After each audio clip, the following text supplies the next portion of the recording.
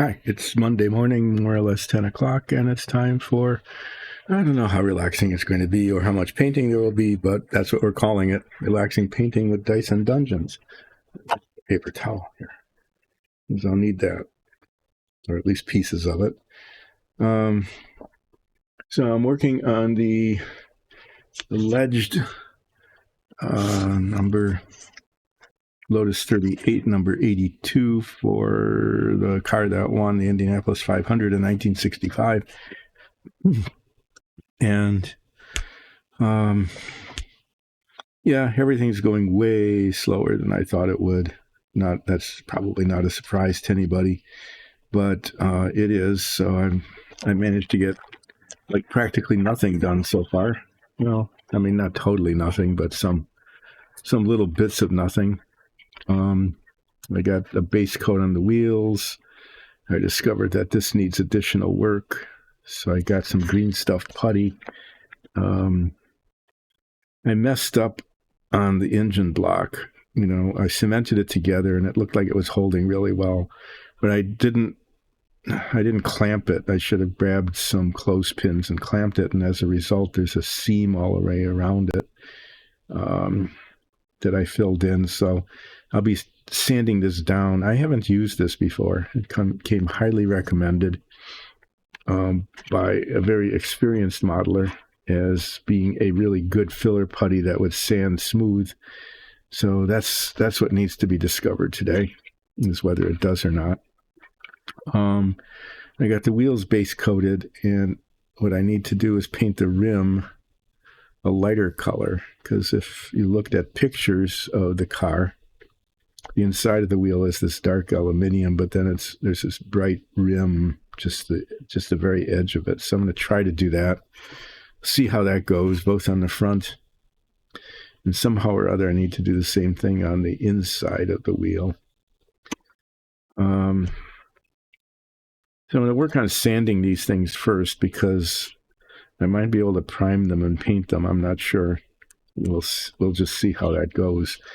The other thing is, as I did more research, if you see this is the inside of the two perspectives of the inside of the, well, it's the outside of the engine, but the cover is taken off so you can see it.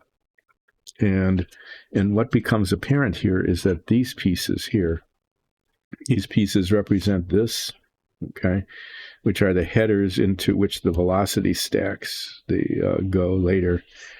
And I painted this duraluminum, which is a very nice color, but as you can see, the real thing was very, very dark. Okay, so I'm actually going to repaint these a darker color. It's called steel. It's still a metallic, but it's more accurate. So I'll do what I did before and put a toothpick in there to hold them while I paint them, and hopefully it will come out okay. I mean, these came out pretty nicely, but they're the wrong color. So how I will end up repainting these today. That darker color, I will attempt to paint the rims bright without getting it onto the inside of the wheel. And I'm going to sand these down, because if the sanding works, then I'll be able to reprime it and paint these. And then the tires are in this bag along with the windshield. I might as well take those out now. What I've discovered is that this model might not be historically accurate. It looks like it's the 1964 model that's just been repurposed for to look like the 1965 winner. But there's a lot of detail on it that's really it's really nice to have that kind of detail on it. And I'm going to do what I can to make it look good. This was a lot easier. It was a lot easier building this model when I was like 14 or something, and I didn't care about painting it or the fact that everything was chromed when it shouldn't have been.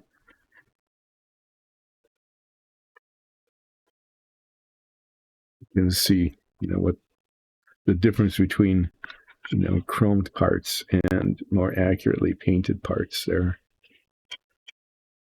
Oh, I should move the camera down. I'll do that a little bit later as I'm working on this. So, yeah, I need to repaint these to look like the dark color. I need to get the little bright rim on the wheels, and then the tires. The tires come with all this. You can see it here. Zoom in, camera guy. See that excess rubber that needs to come off.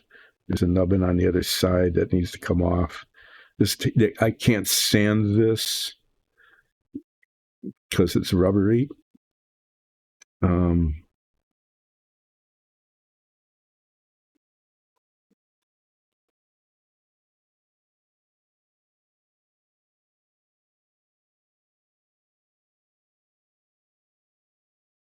Like they're reversible. It looks like I can use the side. I can choose which side is better.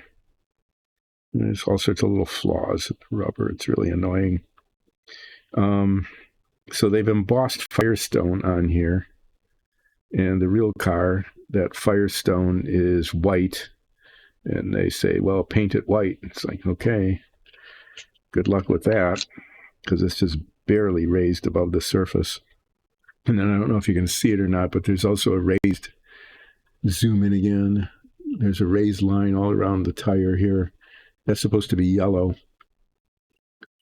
So let's see what I can do for that.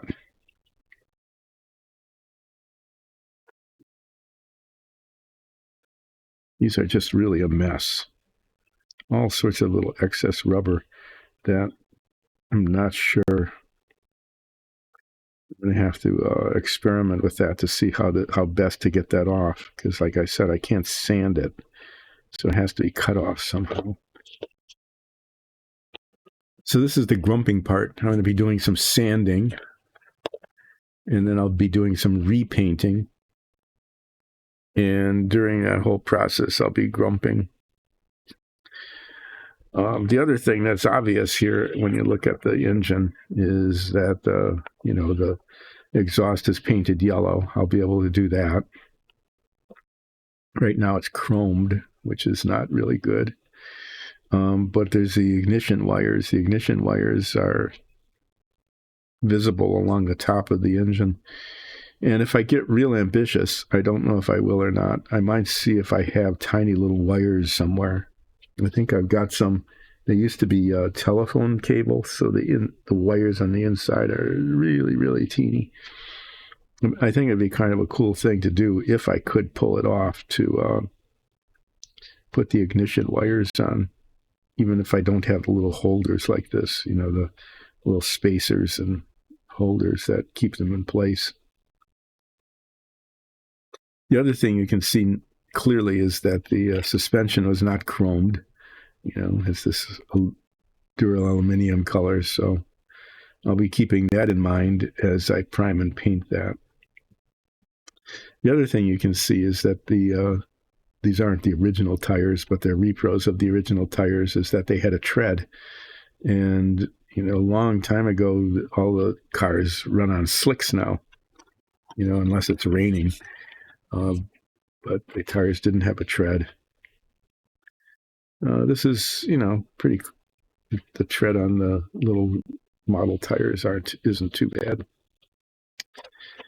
Okay, so that's what I'm going to try to be working on today. We'll see how it goes. I'll be finding out. I got way too much of this filler on here.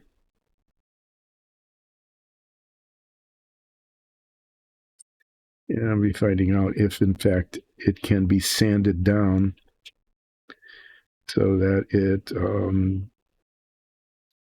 whether it stays gummy. It has had a chance to cure over the weekend.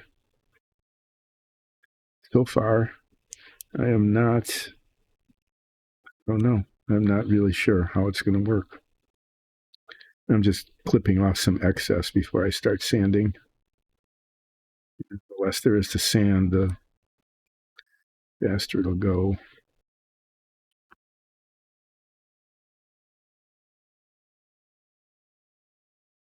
I wonder if I bought the right thing.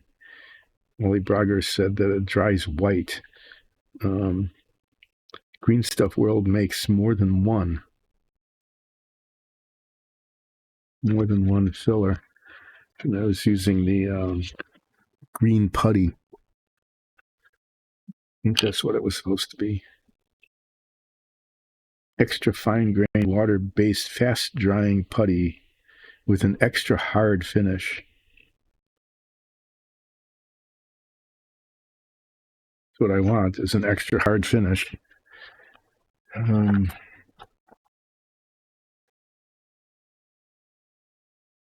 going to start with a sort of coarse sandpaper, if I can find a sort of coarse one. And then dump it all out.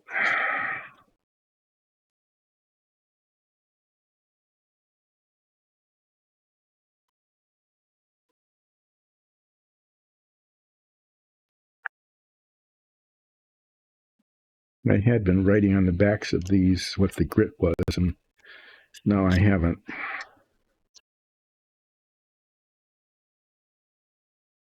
This is very coarse. It should cut pretty quickly, and I'm going to have to try to be careful with it so I don't mar the surface terribly much.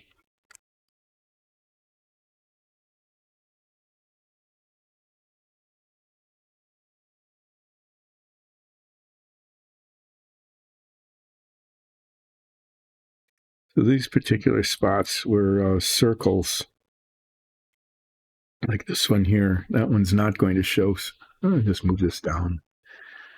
The thing about moving this down is that I wander off camera, and then then I'm not on camera. But if I am on camera, then you have a better chance of maybe seeing what I'm doing.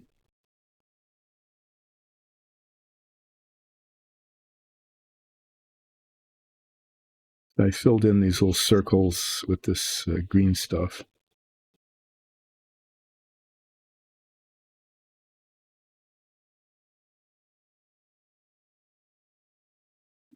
Sanding it down so that the surface is supposed to end up being even.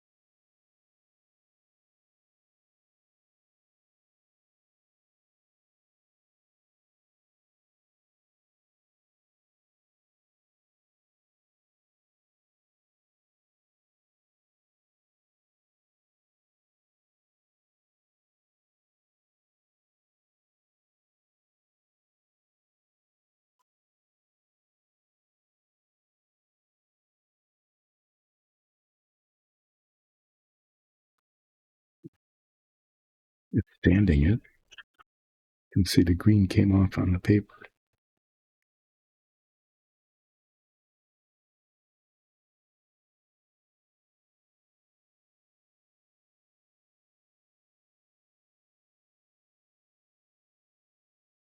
I'm going to spray some primer on here and see how it looks.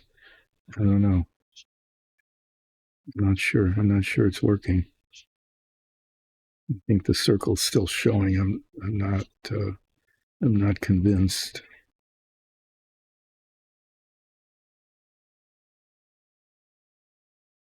The chrome plating is really thick.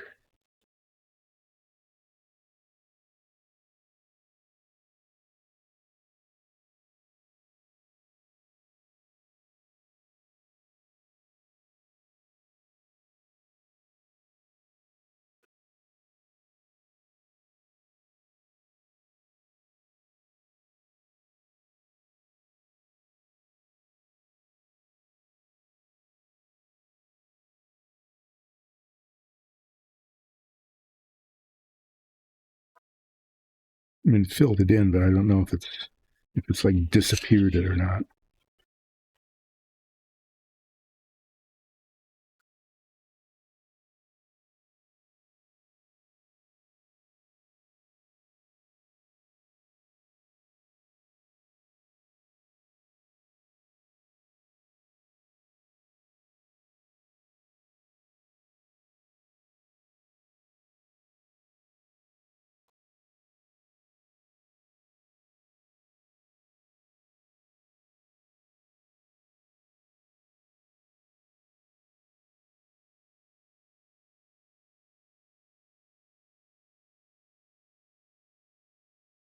No, I stopped grumping.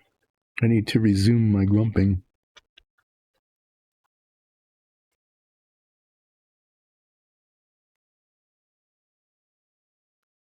Okay. I know I shouldn't do this, but I'm going to. I'm going to spray the primer on here,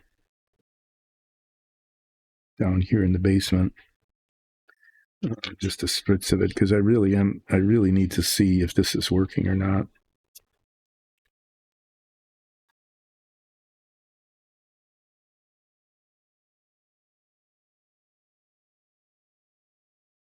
The reason this is still shiny is that I primed the other side. Okay, that's primed.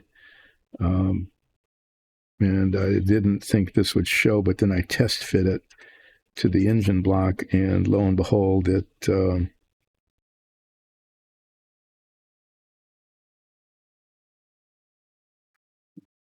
kind of see what the problem is here. The problem is that the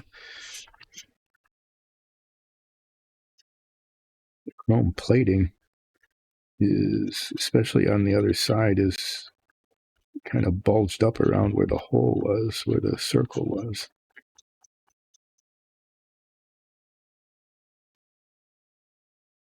There's this rim of chrome around it.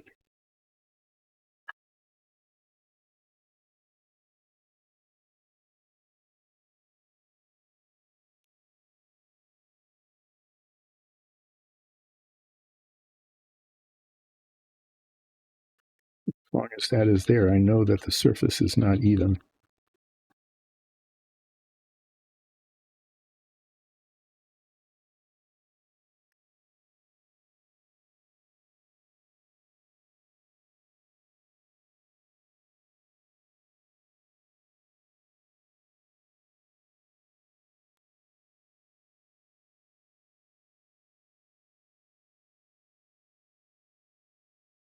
Just take the time to wear away at this for a little bit.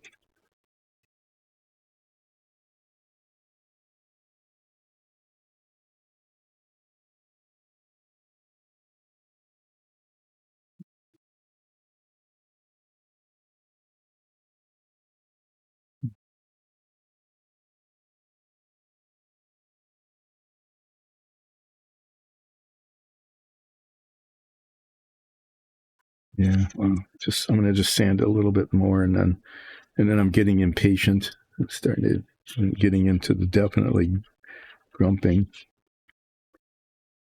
stage of this.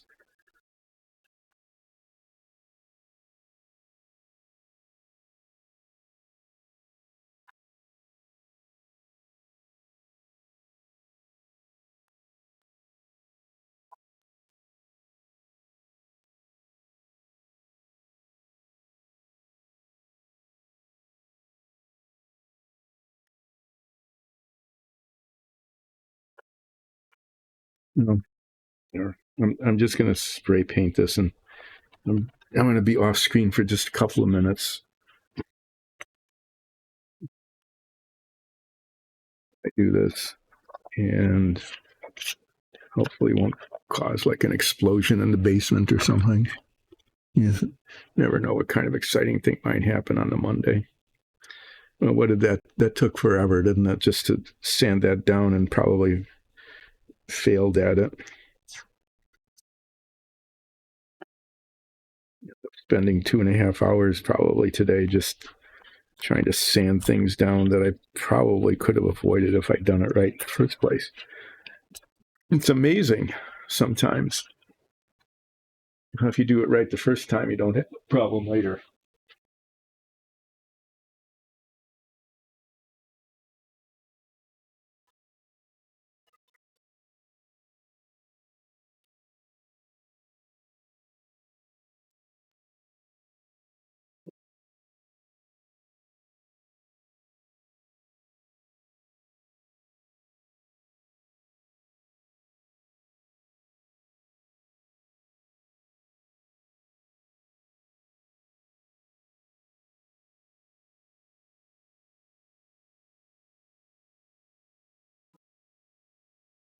It's going to look that dries. I think I can still see the circles, but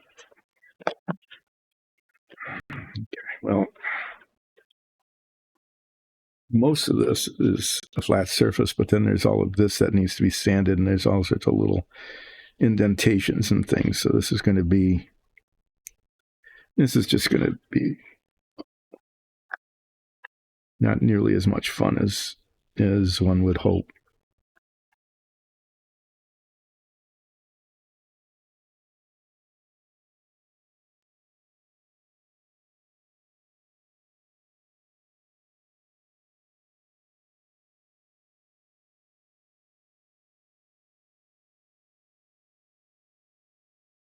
I need something significant to grump about here.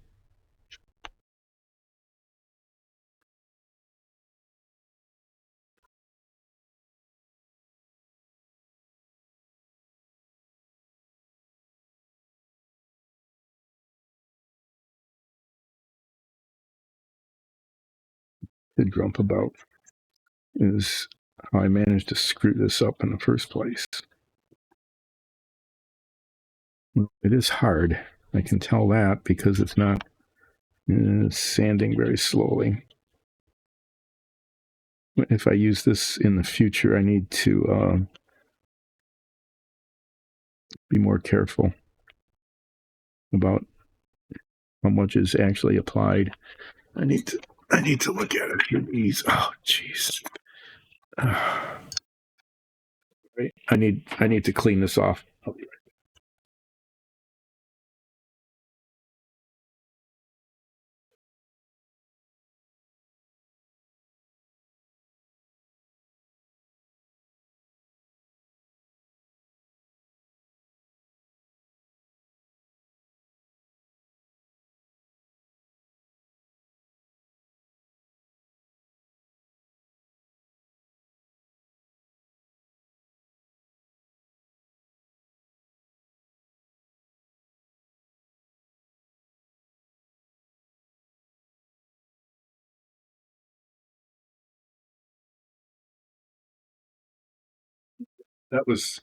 That was truly amazingly mess. I can't believe that happened. If I tried to do that, I'll describe it in a minute.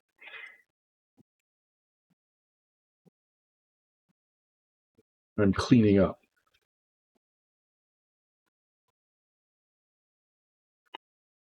Okay. So the sequence of events was I reached over to get the head magnifiers. Okay. And the head magnifiers, it's going to be a day. This is the charging cable. Okay. And it wasn't attached. It was just in the box with it, but it was kind of hooked on, maybe like that. So as I picked up the head magnifiers, this came out with it. And as it came out with it, it stuck on the box, the other side of it, and then let loose and went flying and springing out, and landed in the coffee mug. And I have cream in the coffee, and it was just coated. I hope it's probably going to be okay. I don't know. But there, that was an event.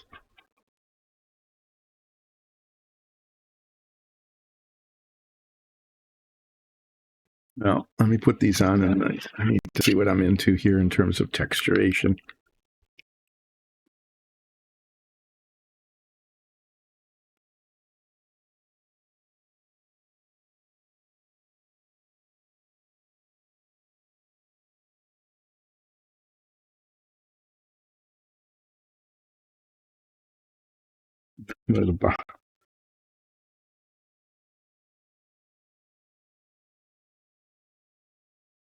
I put way too much.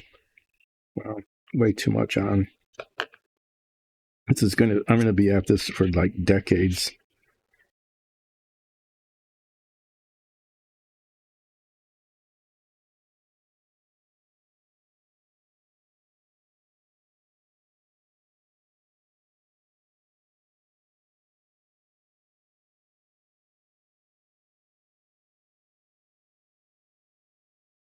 Seriously, it is very hard. And there's way too much on here. This is going to take a very long time.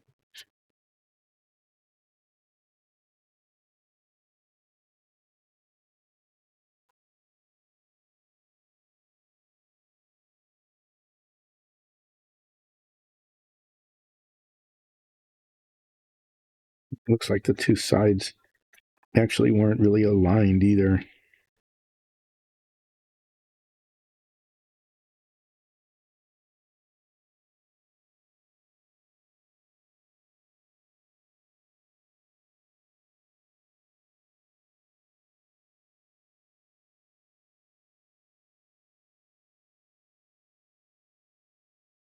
Like there was a pretty big gap in there.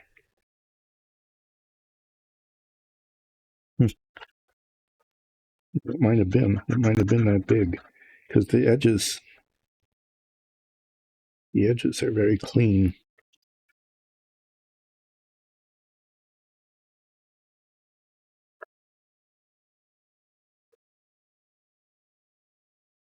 So this is. I do have to say that if I'd done this right, which means that if I had adequately clamped these pieces together with some clothespins after I cemented them,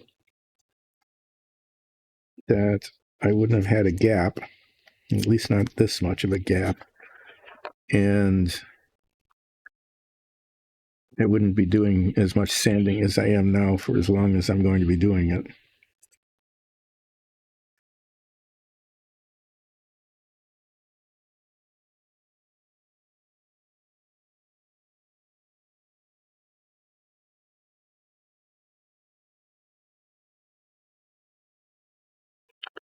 I wonder if a needle file would. I usually don't like to do that. I don't like to needle file things and then and I'm thinking in this case I might need to do that just to get it to the point where it's going to be sanded.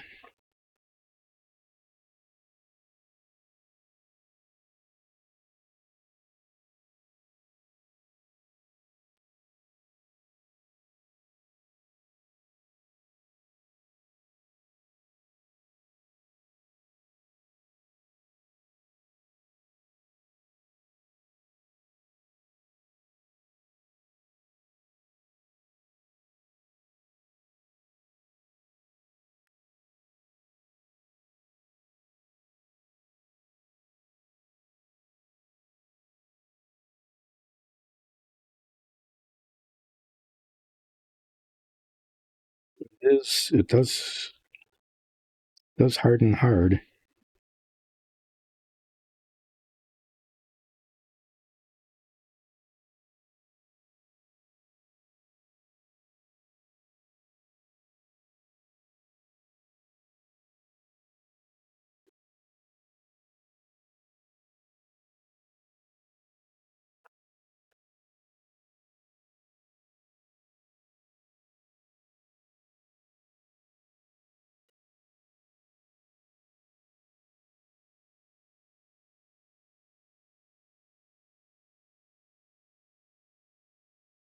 There's so many different colors here. There's the green plastic underneath, and then the chrome plating, and then the primer.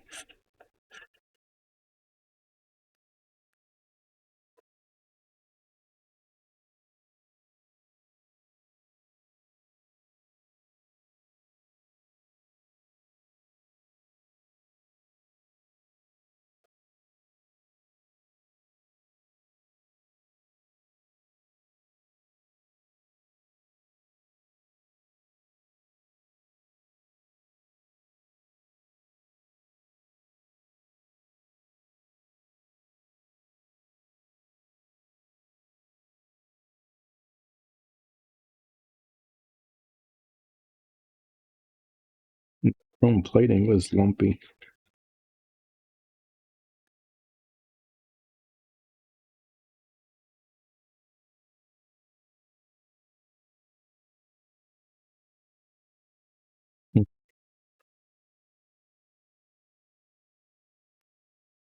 The whole thing is just really weird. Okay.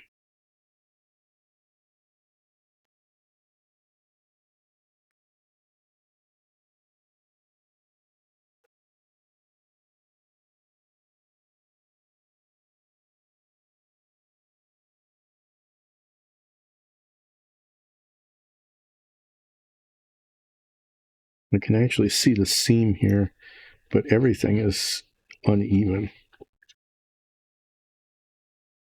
Wow.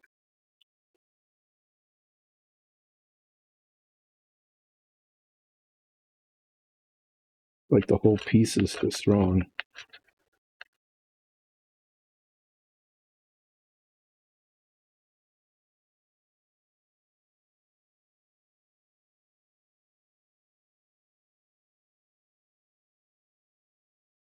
I'm going to be taking this down as much as I can just to the raw plastic.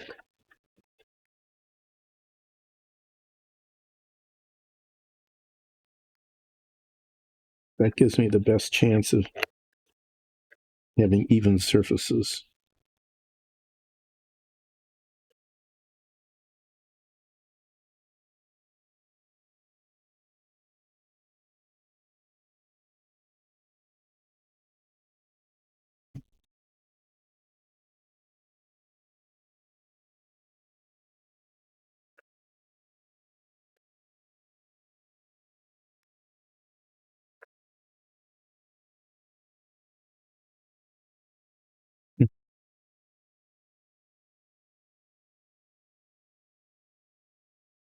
Yeah, this is just spectacularly awful.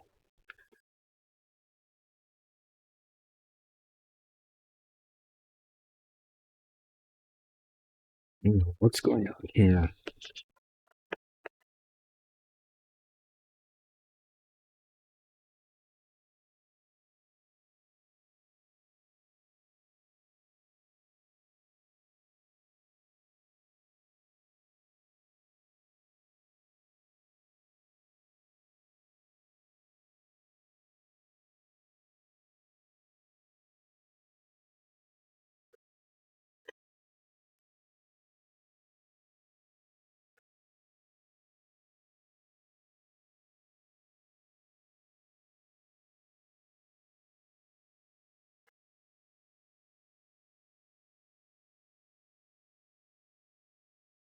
Yeah, another piece is supposed to cement onto this, which it's not going to do in the current situation. But I'm glad I'm using these files because otherwise this would be taking a long, long time. It didn't look so bad until I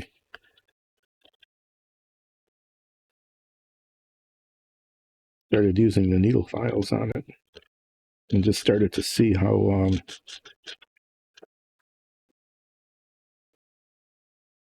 just how messy these pieces are. This will need some more cleaning up because I know that piece isn't going to fit on here. I might have to take the little nubbins off altogether. You know, the little positioning points.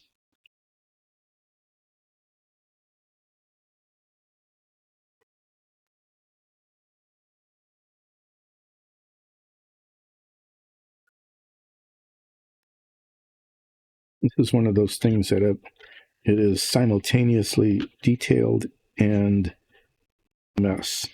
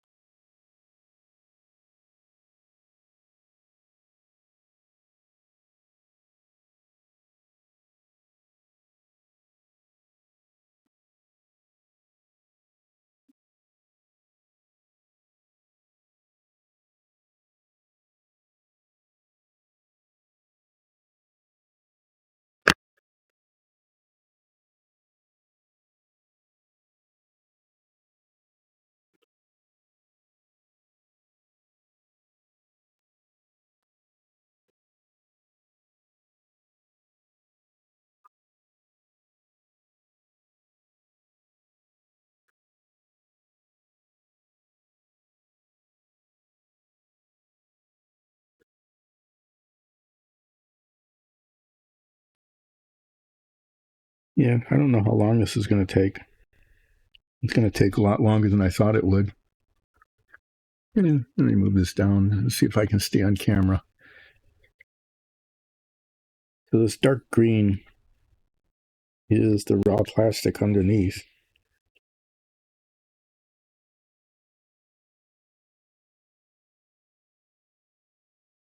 And then you can see bits of the chrome plating where the surface was. Who knows what's going on with that? Just unevenness. Then the white primer that was on there.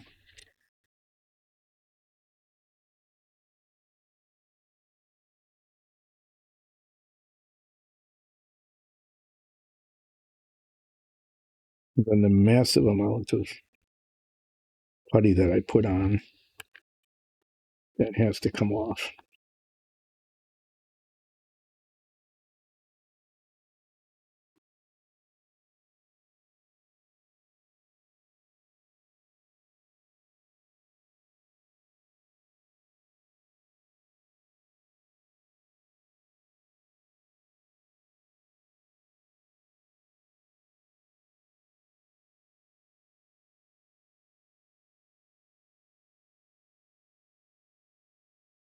And I'm going to have to wash this pretty thoroughly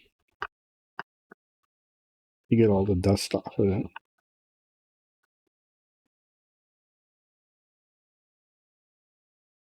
Give it a sanding, because there's scratches all over it from the file.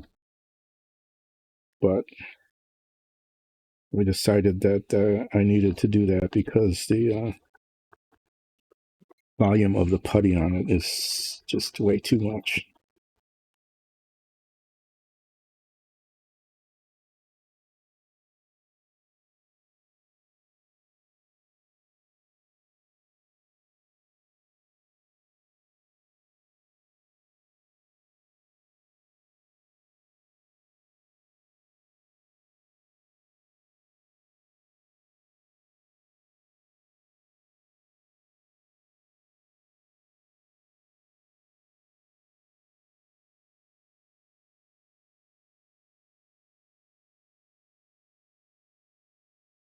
Oh yeah, I made a mess that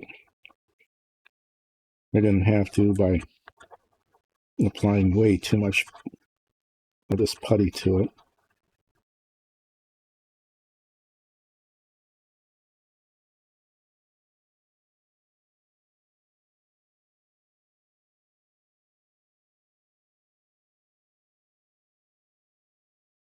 But in the process, I'm hopefully improving the final product. We'll find out.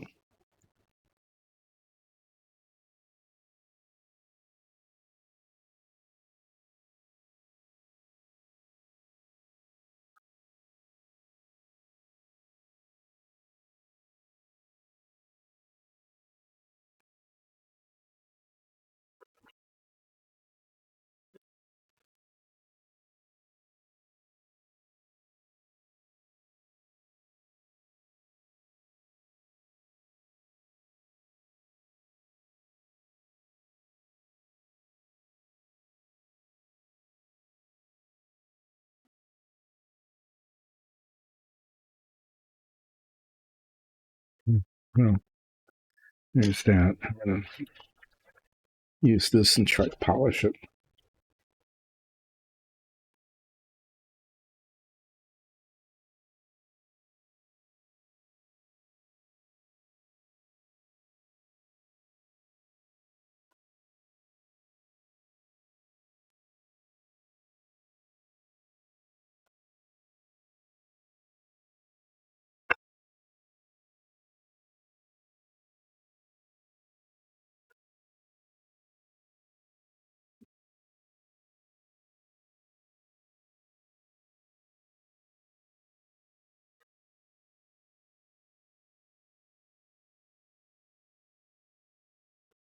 The downside of using a file like that is that it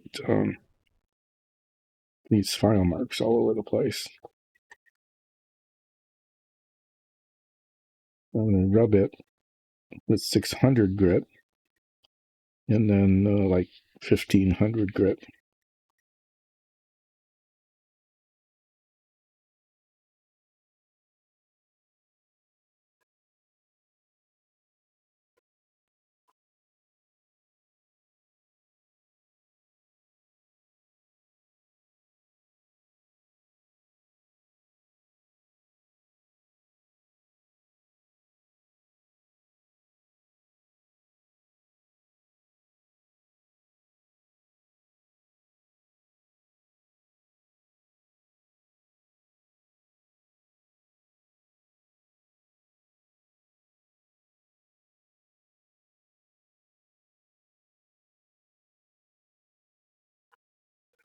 And it's turning white on the sandpaper.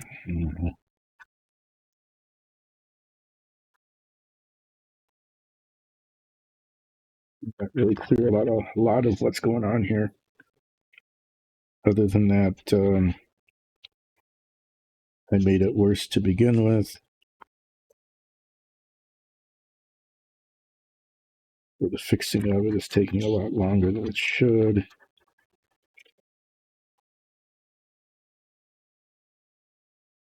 And hopefully it'll be okay.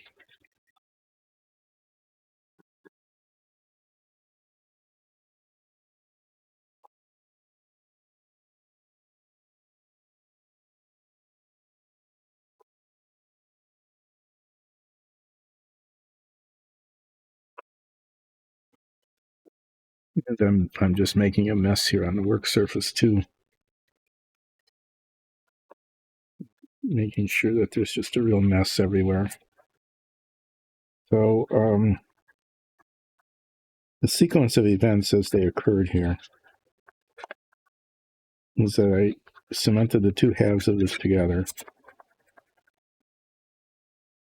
and I didn't clamp them because when I put them together, they looked like they were, really good. Like they were holding together really well. And then after I looked at it, after I primed it, the seam between the two halves was just really apparent. And it shouldn't have been, but it was. So I used this green stuff putty, which you can see all along here, which is turning out to be pretty good, but I got way too much of it on. And as a result, I needed to file it off and then sand it off.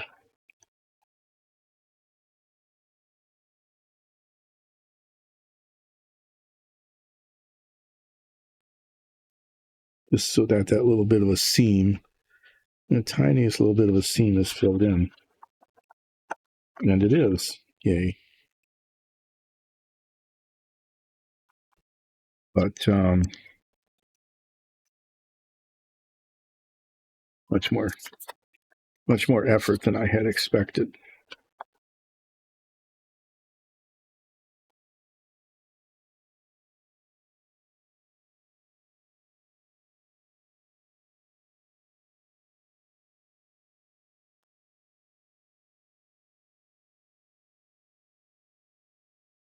I keep saying I need to get more of this, whatever it is, way better than anything else I've got.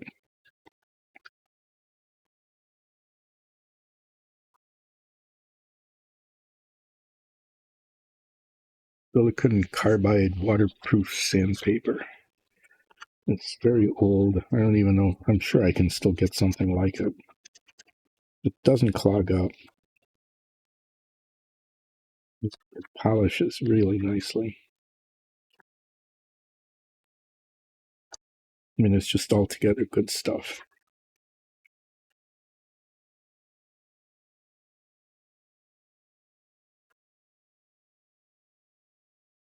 This is supposed to go on here.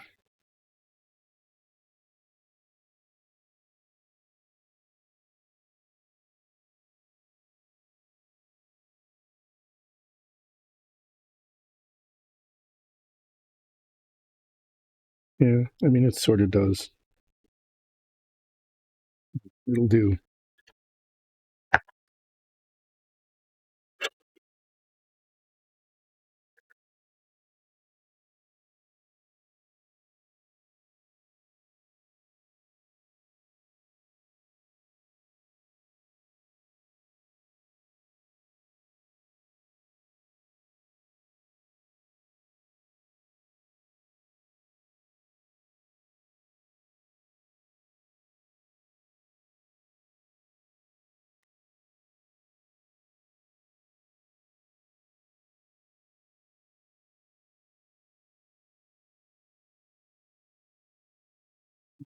Yeah.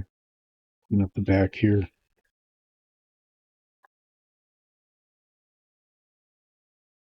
To the bottom.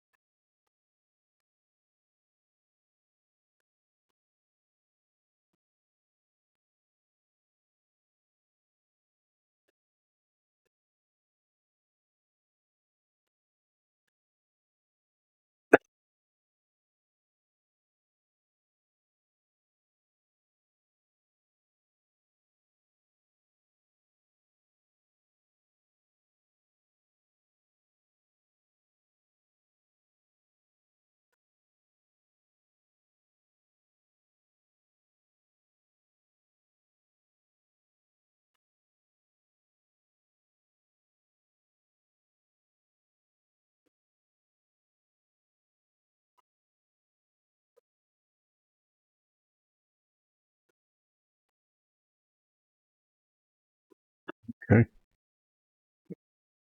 It actually looks pretty good on the top.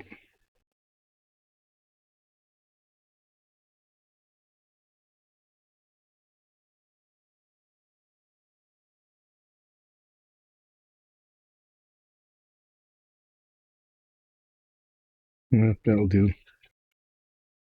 Do the same thing on the bottom now.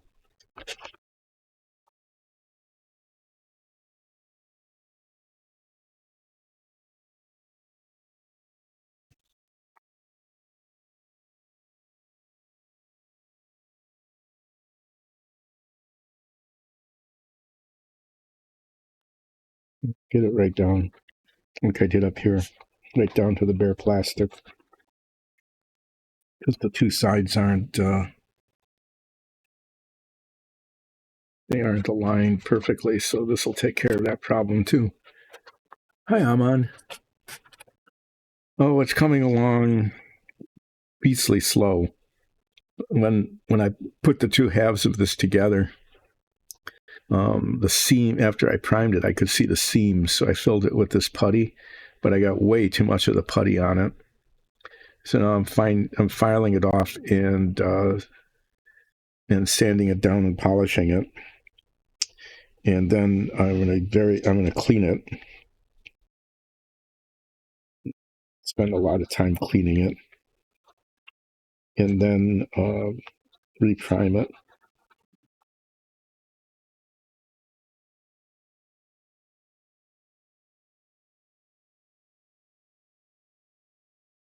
So as I'm doing that, I'm just discovering that the plastic parts, like many of them that are injection molded, are simultaneously detailed and poorly made.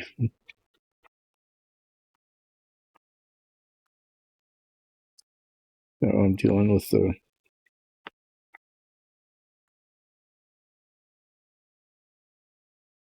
reality of injection molded plastic parts here.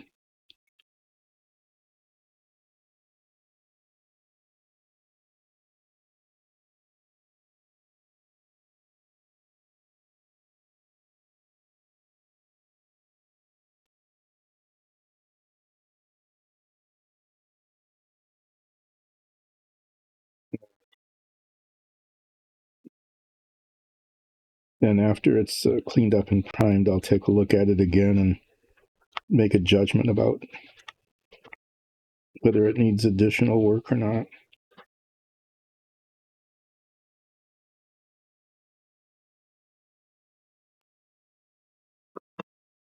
How are you doing? Ah.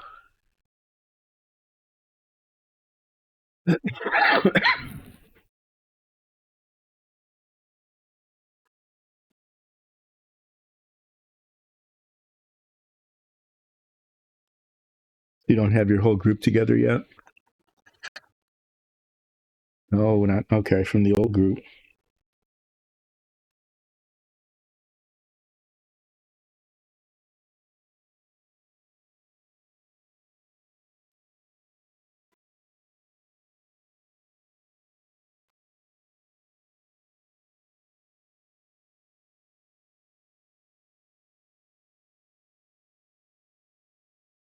Here's this side is higher than this side, so the two parts don't match up.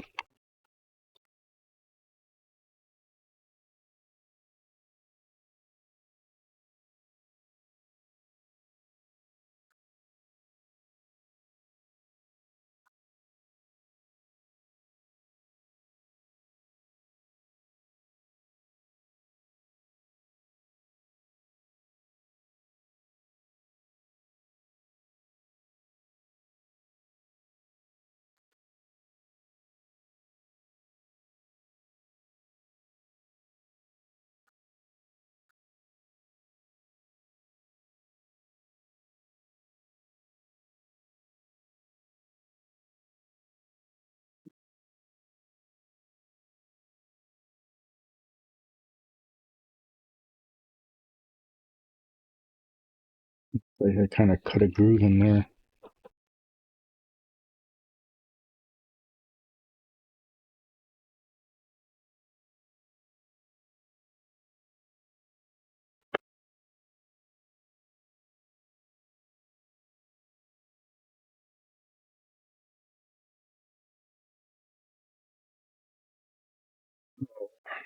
Yeah, I know. You've been working on Arachne for such a long time. Of course, you'd want to be able to play with her.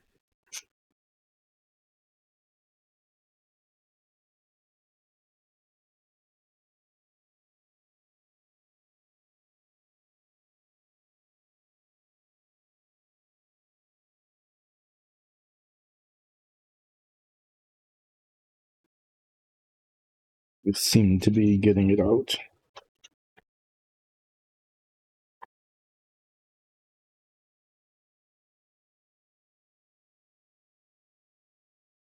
Well, that'll do.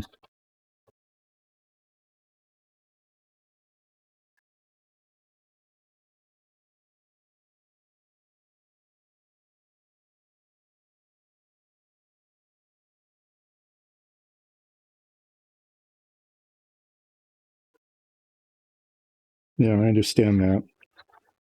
You know, you have a character that you really, really like, but it doesn't fit with the story that the DM is trying to tell. That's kind of a tough situation.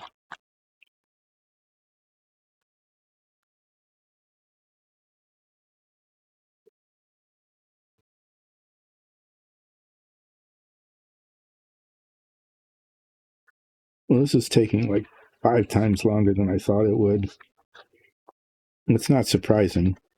I mean, you've watched this stream before, and you know how likely it is that I can go at this for a long time and get nothing done, or at least nothing really visible. And that this is another one of those. This is definitely of that character.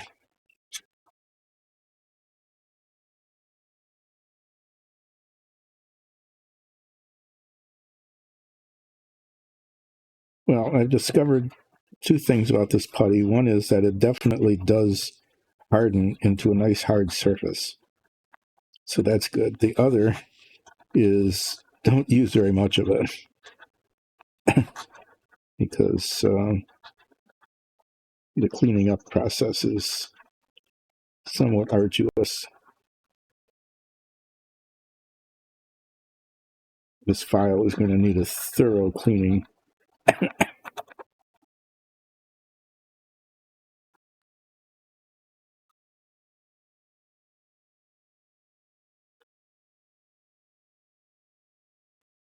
I need to get like a little mini wire brush or something.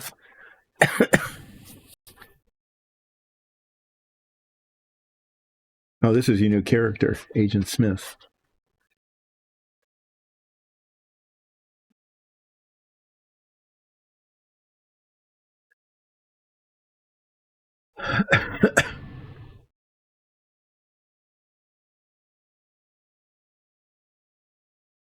Ah, okay.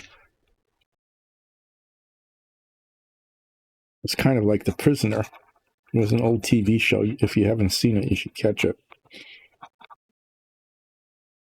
British secret agent decides to resign and is abducted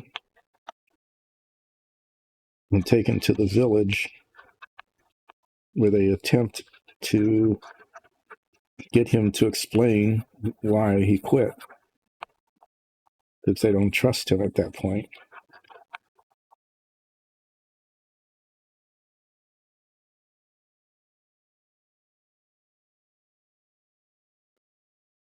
It was based on the series Secret Agent Man. And then it was kind of like an after story.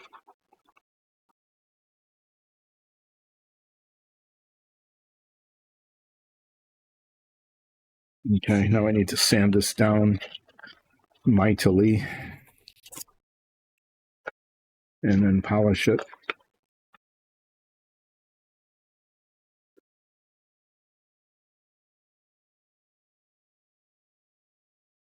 John Smith, of course. Who are you? I am John Smith. No one believes that.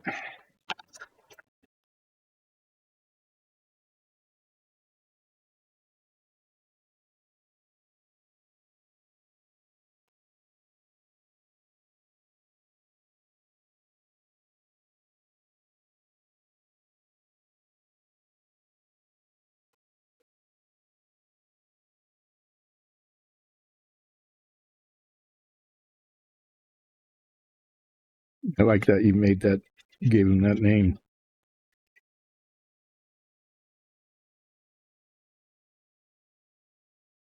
Yeah, right, John Smith.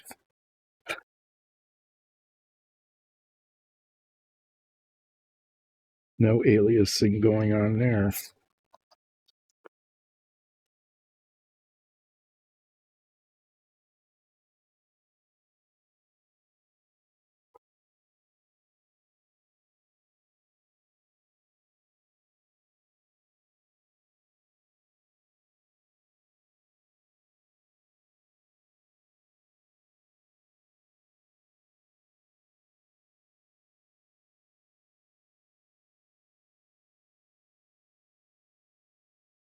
Yeah, that's why John Smith is such a good alias, because it's just so obviously fake. But you'll never know what it really is. So it's effective.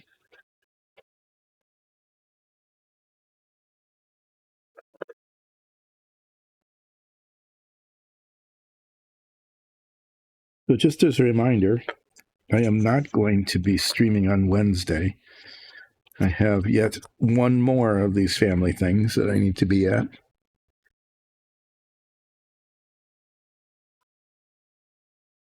An augmented brain.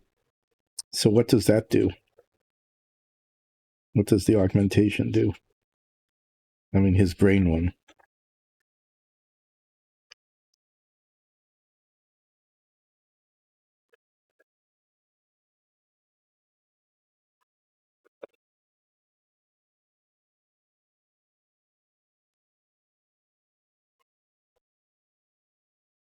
Oh, okay. Well, that's okay. What's here is that the augmentations might be externally controlled. That's kind of interesting. It puts a real different twist on things, doesn't it? That John Smith might not be John Smith.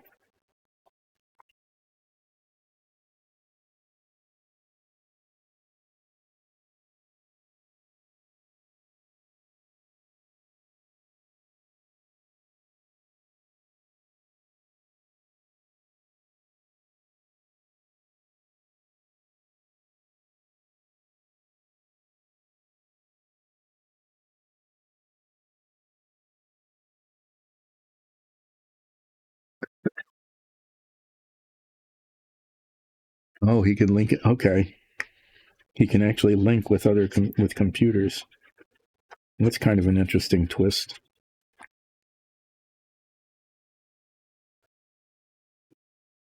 I'm assuming he can do that only like at will. It's not like he's walking around just being connected to all the computers around him, whether he wants to or not. That he has some control over that.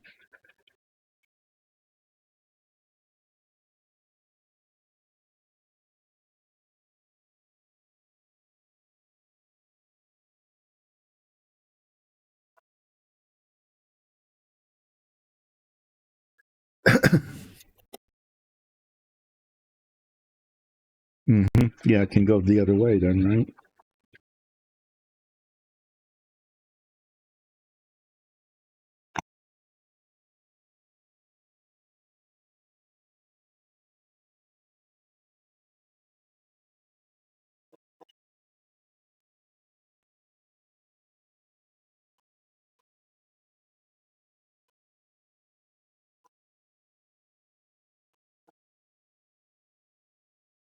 Okay, well, I think I succeeded for the most part in getting this fixed, cleaned up.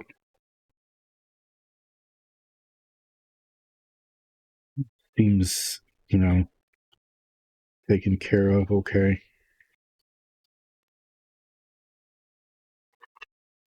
I did manage to make quite a mess. Just going to throw all these little bits of sandpaper in the bin again here and deal with that later.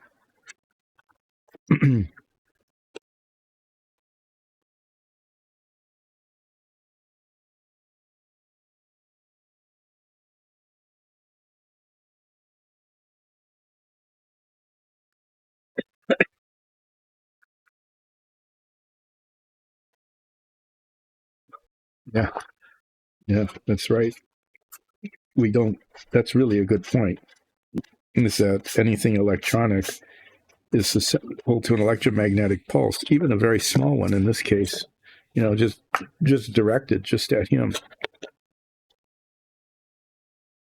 So it's both a strength and a vulnerability. Excuse me, strength and a vulnerability of that character. Okay, well, these files are definitely green.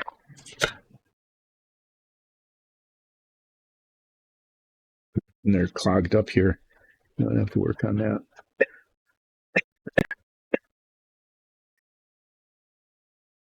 So whether or not that happens, is that some like a vulnerability that the DM can play off of? These electronic implants. So knowing that they're there, yeah, the DM might create situations where they become a real vulnerability.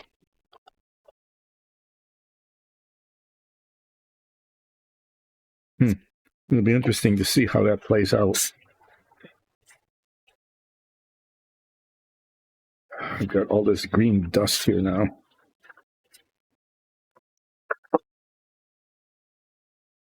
I should have put a paper towel down to catch it, but I didn't.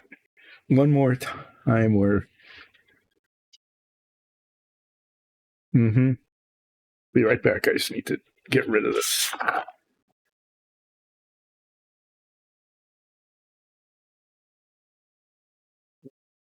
You create an ability and the DM knows about it, and of course the DM knows about it because you'll use it.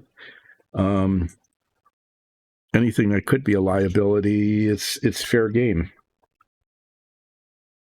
I have to agree with that. Well, that'll make your character kind of interesting. It's too bad that you're not playing with Arachnado. I wanted to hear more about how that character developed.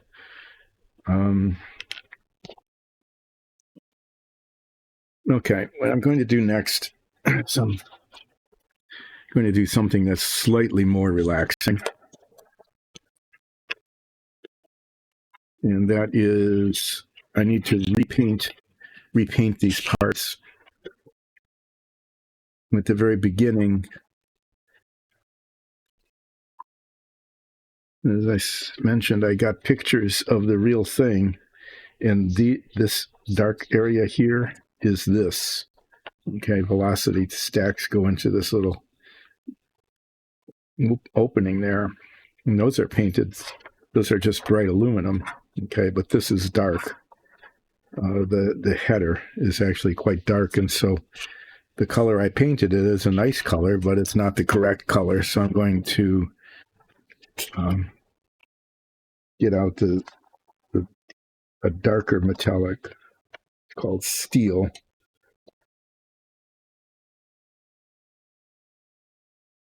Silver. Steel. These do I have? No, this one's been opened. I'll use that one. I can tell it's been opened because there's paint dribbled all over it.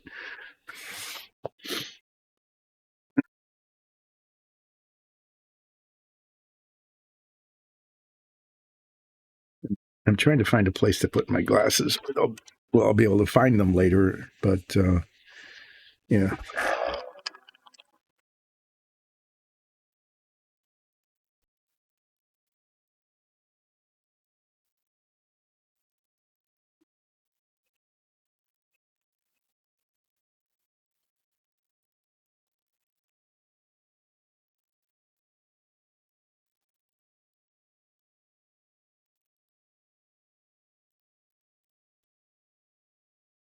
Okay, so he was basically dead, and they rebuilt him, whoever they were.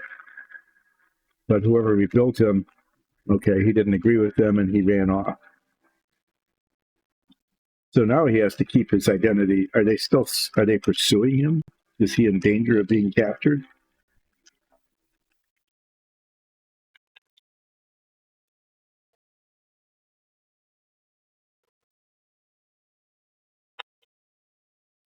Opening this with a paper towel, you see all this stuff's all over here, all the paint.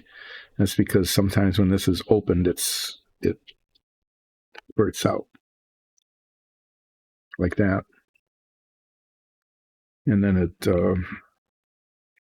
would get all over my hand and make a big mess. Closing, it's the same thing. Spatter. Okay. So these parts they need to be repainted this really dark metallic. And yeah, here goes. You can see that it's getting darker.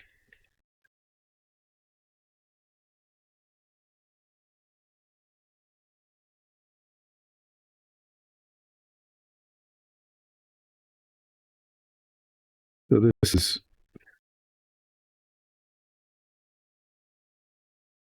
much more accurate in terms of color, or at least in terms of shade, than previous color.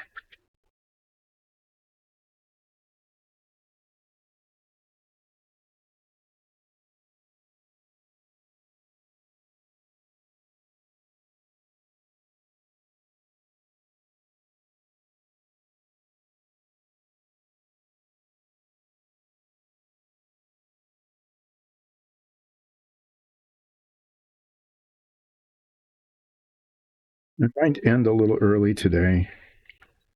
Like I said, I'm not going to be here Wednesday because I have a family thing, and I need to leave for that family thing today to finish packing up and get going. So it depends on how things are going, whether I am making any progress or not. But I might end up like sometime after 12 our time, which is 45 minutes from now. I might stop early. This may need a second coat. I'm not sure. I'll take a look through my.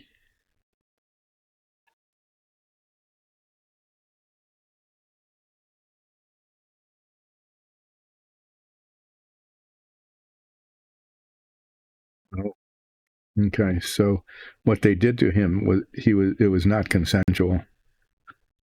That's important to know too in terms of backstory. You know, that it was not what he agreed to. That makes it even more, you know, it makes it more even more sensical that he would attempt to escape from the people who, you know, to some extent they were responsible for saving his life, but on the other hand, they were responsible for turning him into something he didn't want to be. So yeah, they're not getting along.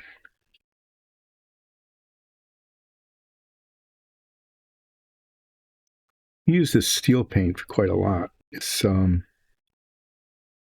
really quite nice. I mean, you can see it's still metallic and shiny, but it's really dark.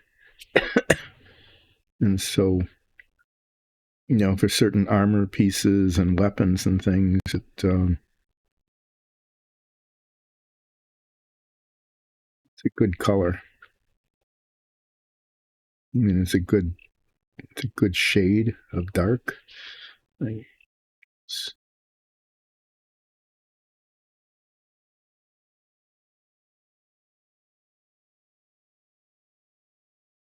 They've generally been quite happy with these metallics. Even brushing on, you know, they're designed for airbrushing.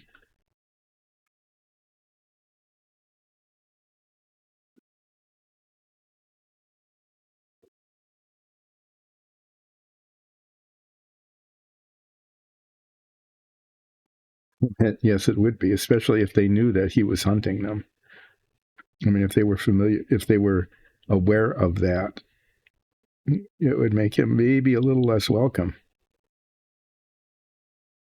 at least initially. Certainly wary. They would be very suspicious. I squeezed out like 1,000 times more of this paint than I needed to.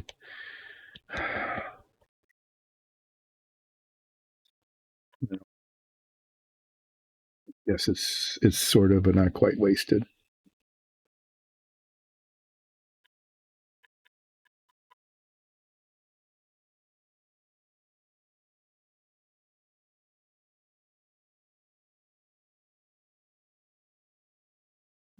Get the brush clean. Discovered recently that I hadn't been getting these brushes as clean as they should be as I moved on to a more effective solvent for as a brush cleaner.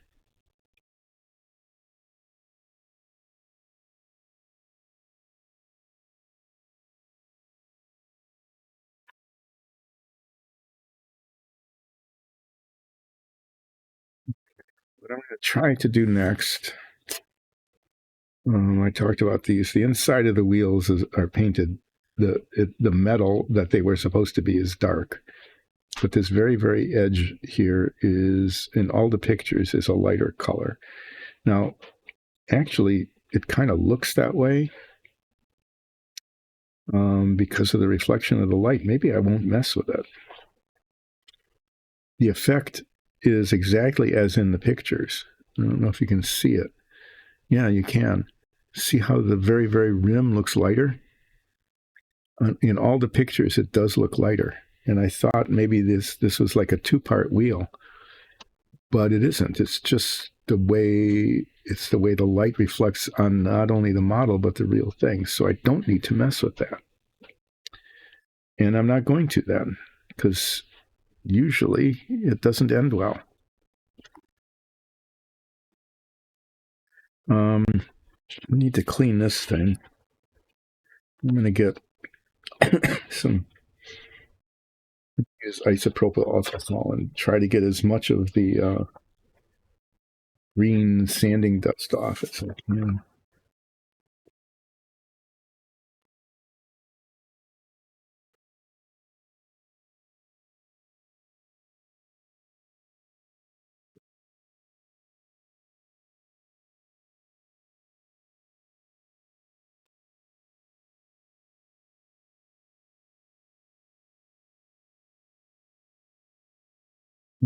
Okay. So he really kind of trusts mechanical and electrical things. Is he anti-magic, or he just doesn't trust magic? How does that work for him?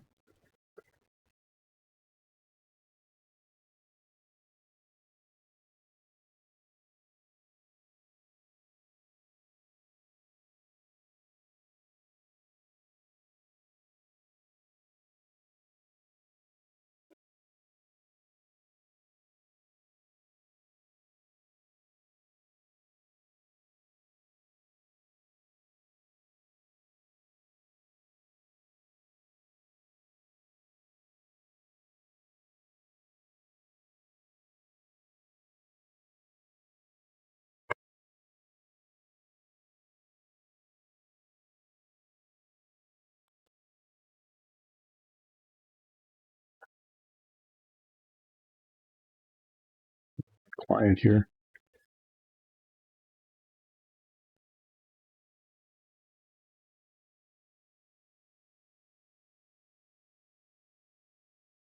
Just trying to get it clean so that I can reprime it.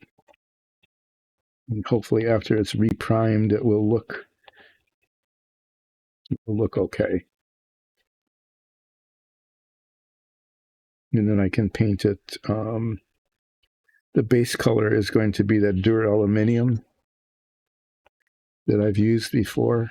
And then I'm going to highlight some areas with either a darker or a lighter shade.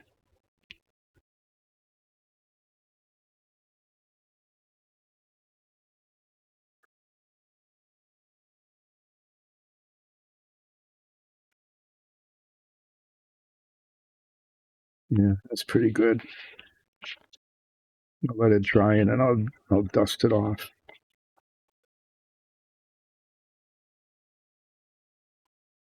Yeah, it looks pretty scabby now, but it'll look better.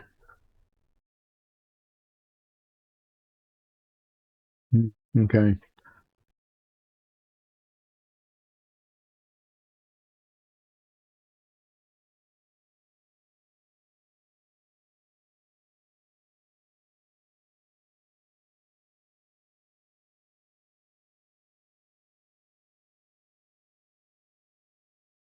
So is he on their side now? Is he on the side of the mutants who used to fight humans?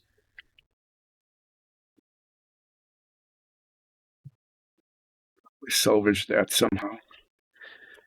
These tires are going to be a problem. You can see, the excess rubber that's sticking out, and I need to take that off somehow. But I can't sand it or file it because it's rubber. I mean, it's just soft, and it creates flaws that are really they're not nice. They're not good. So I'm going to try to clip them off, cut them off, and clip them off. Like the third time I knocked something over.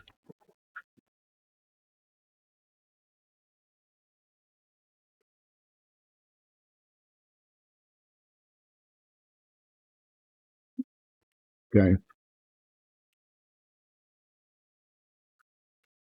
So if the hero group does stuff that he doesn't like, just disappear.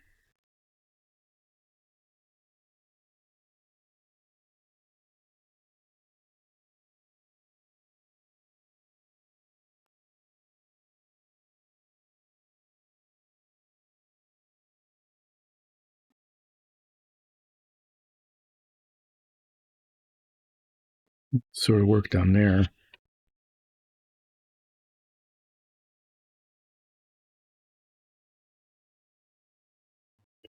See, it's just a flap that came up. It isn't as bad as I thought it was, and just in terms of the flaw. This little clipper is working well. I've used this.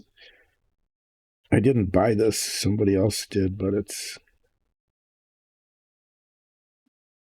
really good.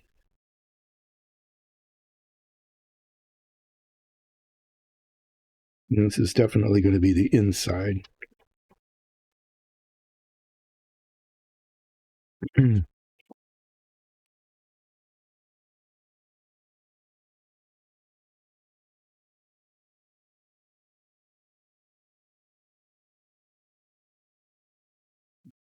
This has exactly the same flaws as the other one, which means that it was the way it was molded.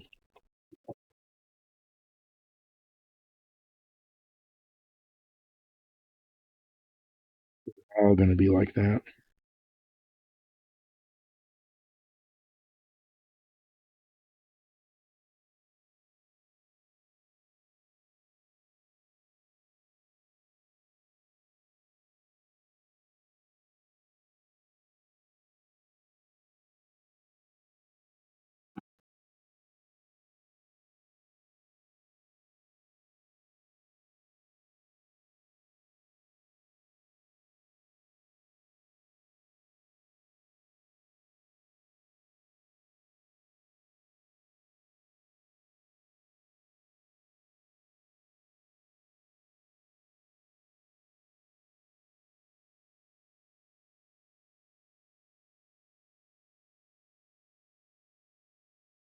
Sorry, I was going quiet there as I was trying to do them.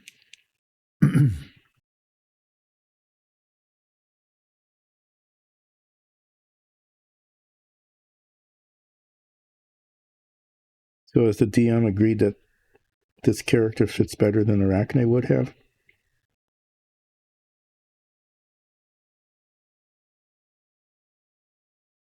Mm-hmm. Just like the other one, the other side is really not that good.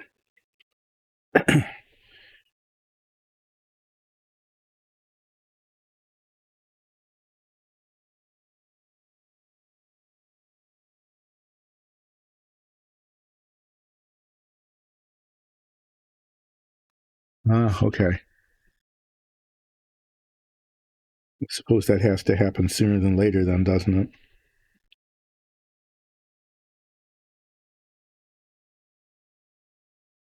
To make sure that this character fits with the world that the DM.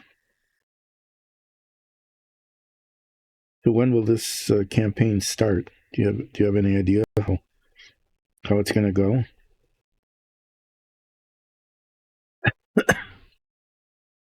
Oh yeah.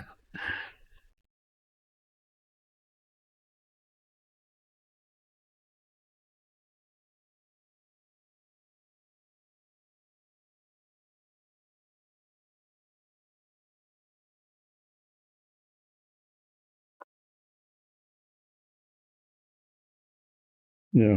This is another one where both tires have exactly the same issues. So they were designed to have issues. Lovely. In this case, there's these 4 little nubbins on the inside rim here.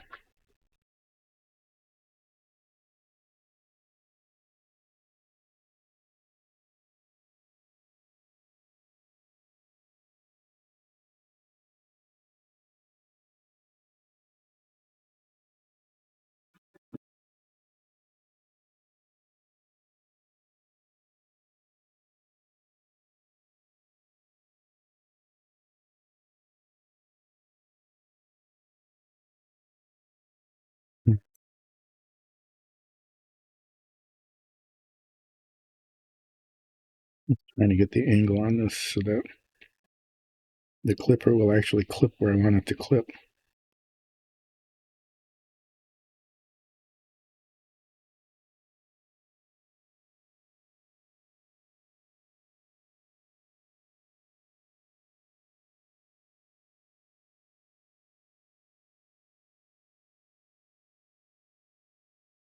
They don't come off completely, but not too bad. These need a thorough cleaning.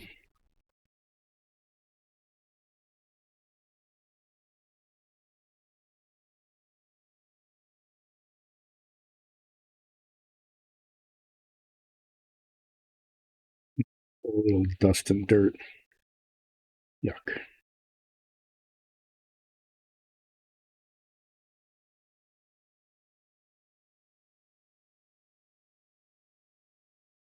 wonder how someone who knew what they were doing would do this.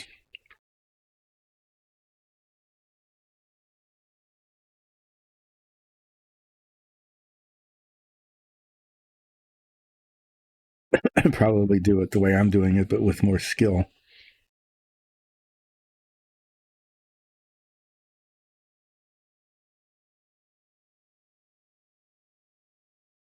Just a reminder again, I'm reminding myself I'm going to be away for a few days, so I will not be streaming on Wednesday, but I'll be back on Friday, picking up wherever I leave off here.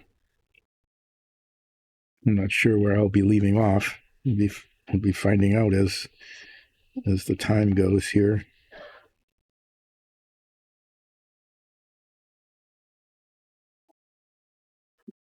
More of a mess. Okay, what I'm going to do now,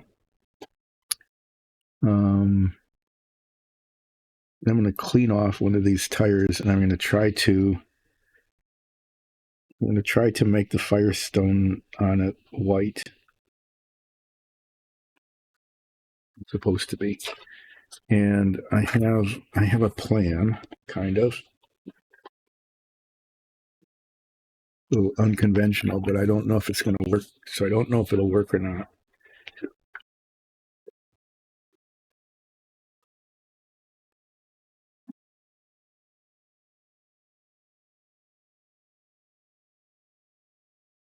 Getting it sort of clean. Hopefully that doesn't dissolve the rubber.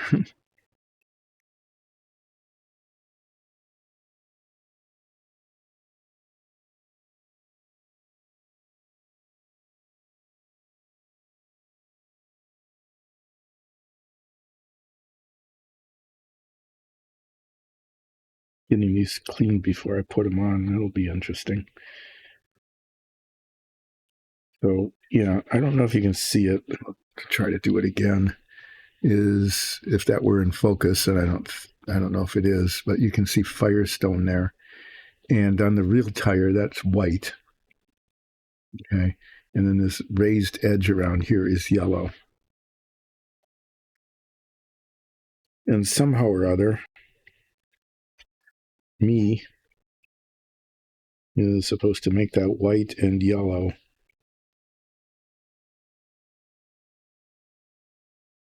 I mean, it is a raised surface, so theoretically, at least, I should be able to like dry brush it on, kind of, or run a paintbrush around the edges. But I'm going to try this. I don't know if this is going to work or not. If it does, that would be nice. If it doesn't, well then it's a thing that didn't work. This is a charcoal pencil. These are charcoal pencils, but this one is white. What are the weapons? He uses two weapons. So what I'm going to try to do is just rub this on here, kind of like a layer of chalk. Right? We'll see if that works. If it does, that would be pretty neat. I'm guessing it'll like rub off. Umbrellas. Okay. Okay, so that's a little. Didn't you have another character that had an umbrella? Didn't Arachne have one?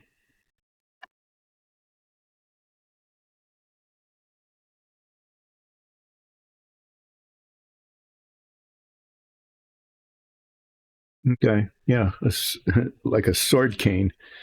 Okay, those were real weapons, canes that had a sword inside of them. In this case, it's an umbrella cane, an umbrella sword.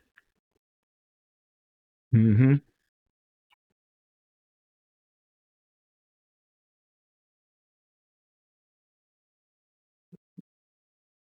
Well, let me try this.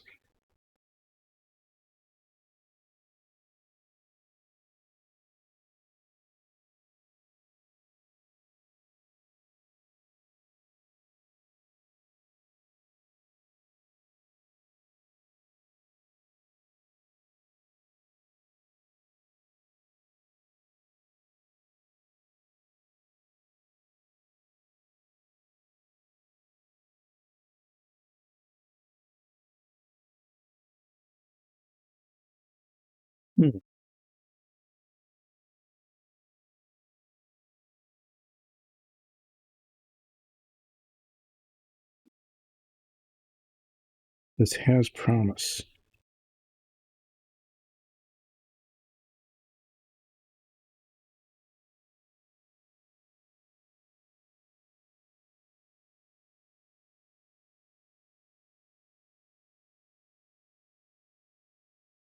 Okay. Let's see what happened here. I was able to get the raised edge. Okay. But there's some underneath, and I'm wondering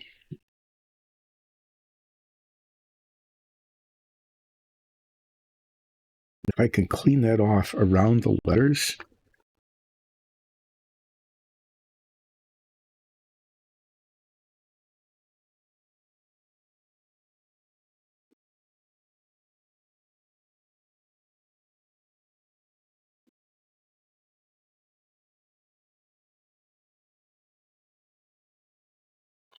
So I'm gonna try this. What I'm going to try to do is use a tiny little bit of paper towel on the point of a pin.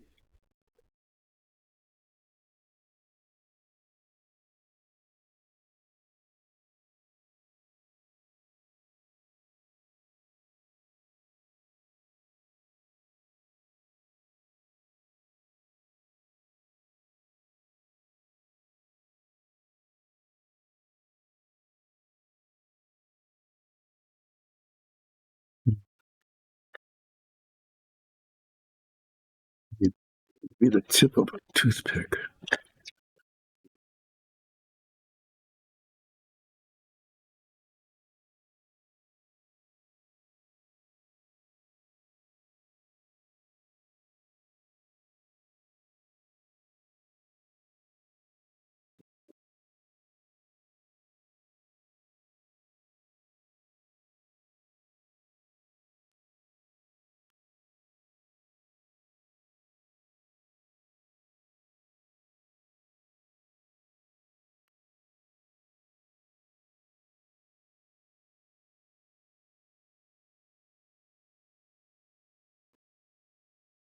Sort of working.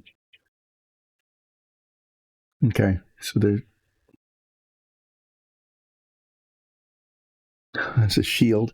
Of course, an umbrella makes sense as a shield. Kind of a natural thing, isn't it?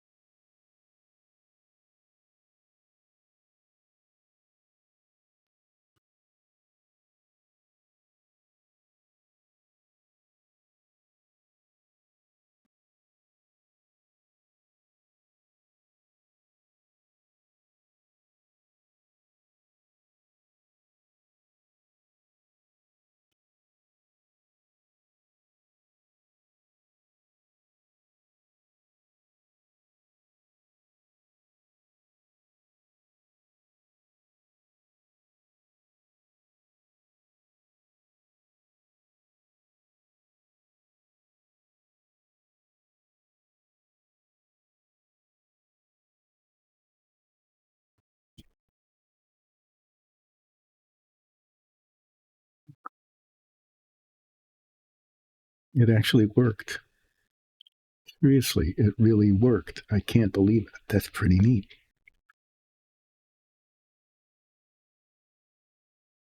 Oh, so he's got, not only does he have kinetic umbrellas, he's got one in his cyber arm as well, kind of like hiding a derringer in your boot or something like that.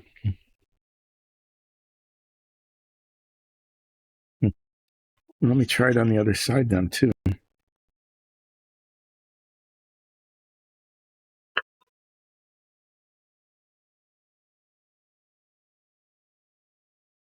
This is the inside of the wheel. It's not going to show as much, and it's not very well formed.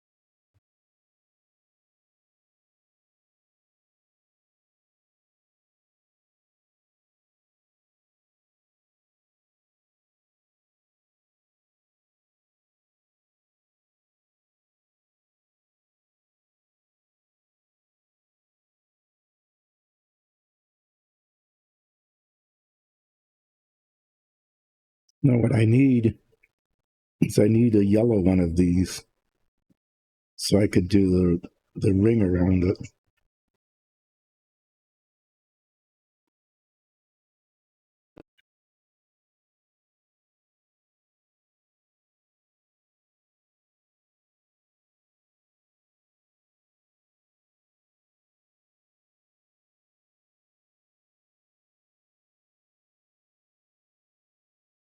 Well, I'm just going to go ahead and do these.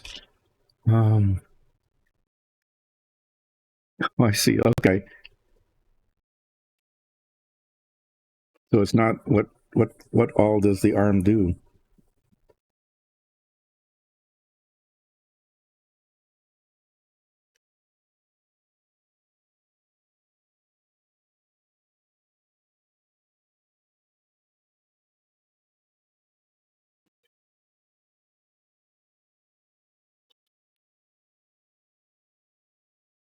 Not grumping enough. I need to start grumping again.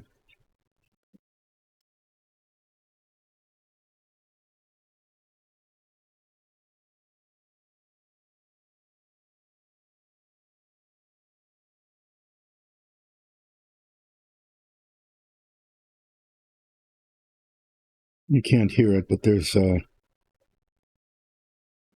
carpet cleaner thing going on. It's like something spilled.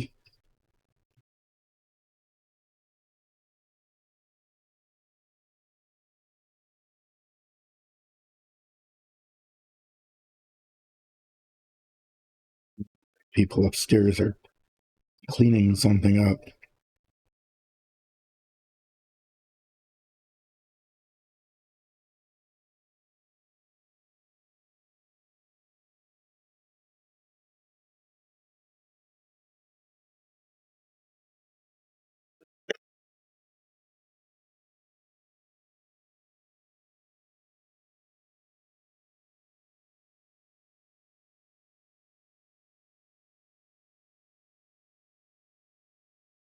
Oh my, that's quite a lot. That's a significant array of things.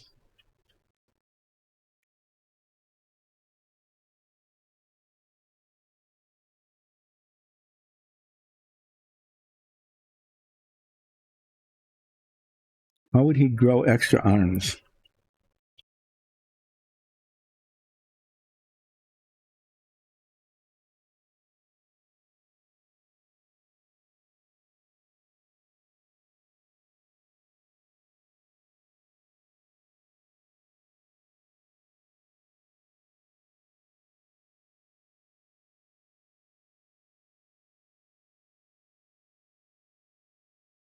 So the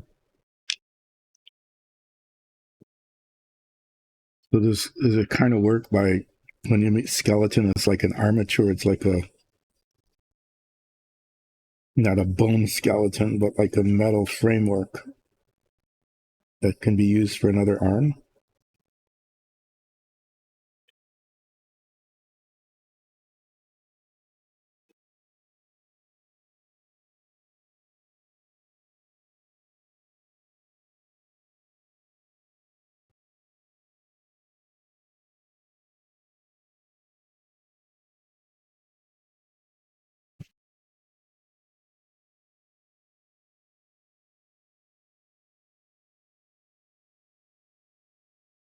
I'm going quiet again as I'm trying to get the firestone on the side of the tire.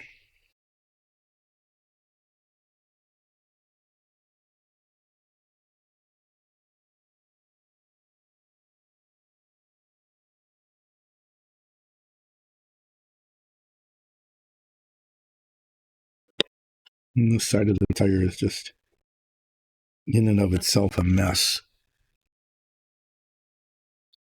Oh, okay.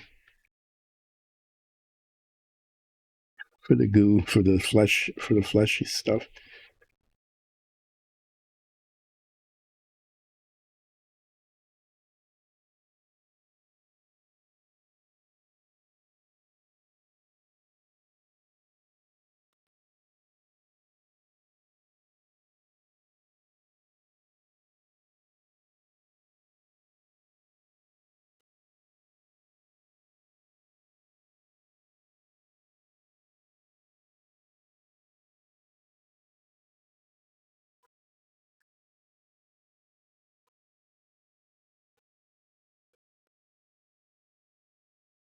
Okay, I see. Okay.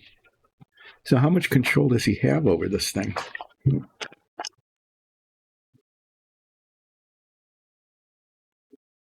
And you can begin to see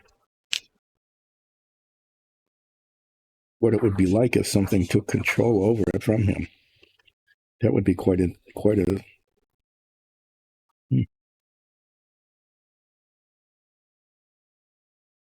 be quite a problem if it were like externally controllable.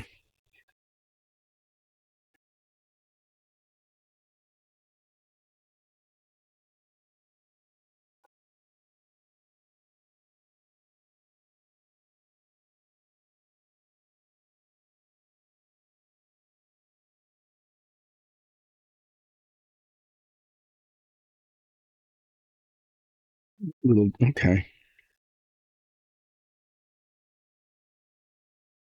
I'm beginning to understand better how this is put together.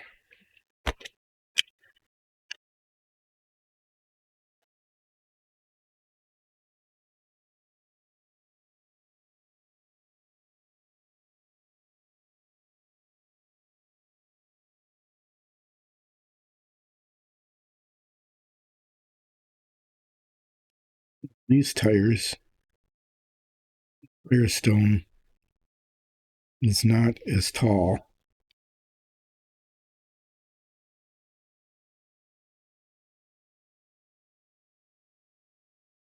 Not raised up the surface as much as the other ones.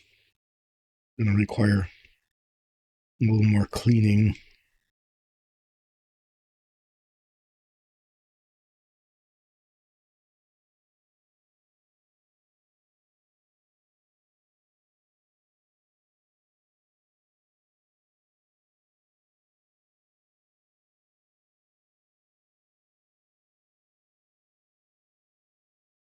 Hopefully that will go okay. Let's find out.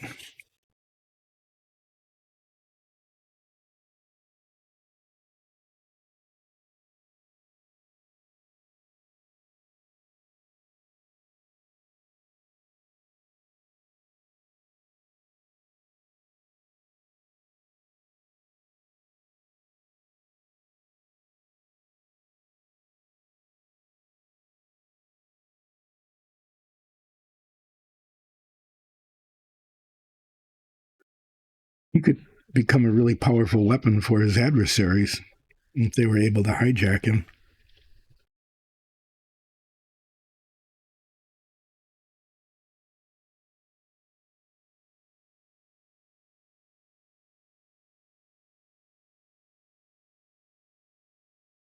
You think he'd be able to be aware of the efforts to hijack and maybe take action to be against it?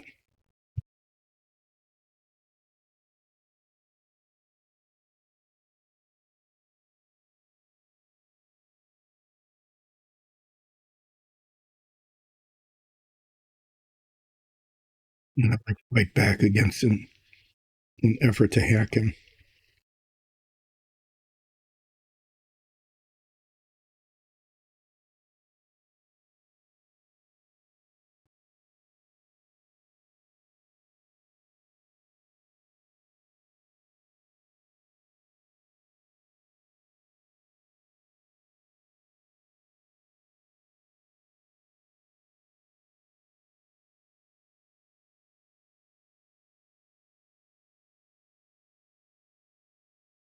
Yeah, the embossing just isn't quite as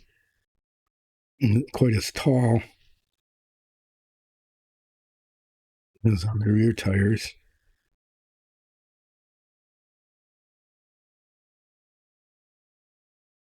So it isn't going on quite as cleanly.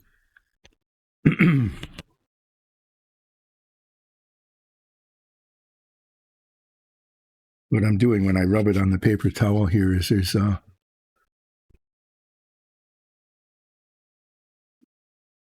isopropyl alcohol in there, and it gets on the tip of the toothpick and allows it to pick up the excess like chalk. It dampens it a little bit.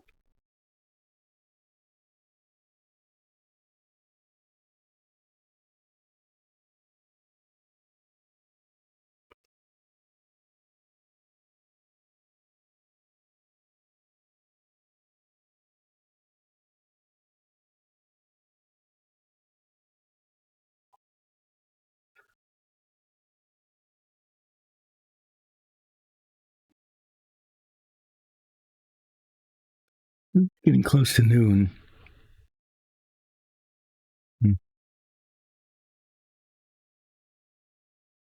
So, oh yeah, preserving power.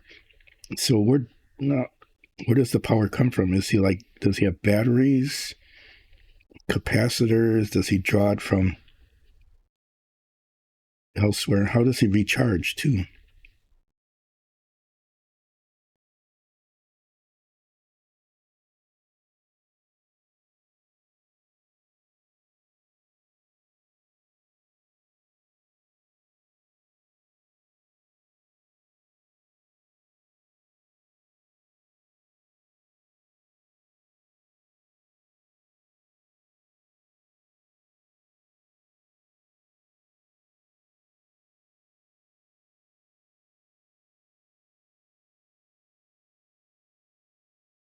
R is not well defined.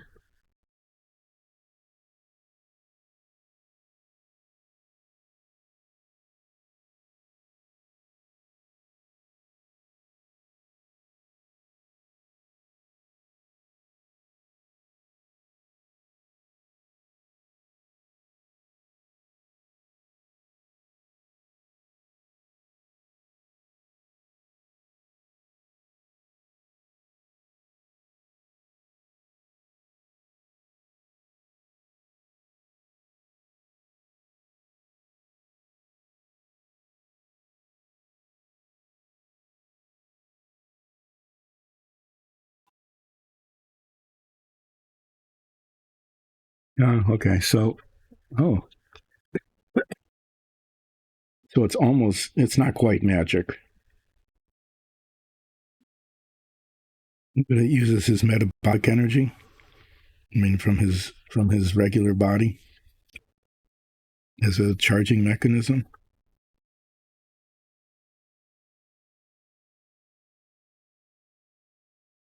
or a source of energy for the charging.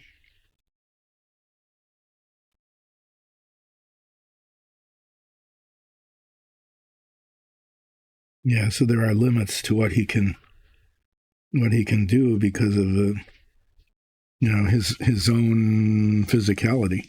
Okay.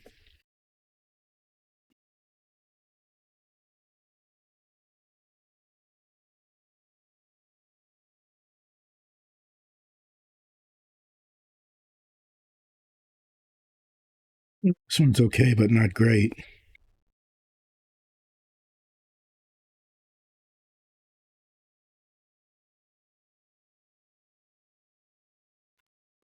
I can get a little bit more on here. Well, that's right. They were put onto him without his knowledge, and then he ran off.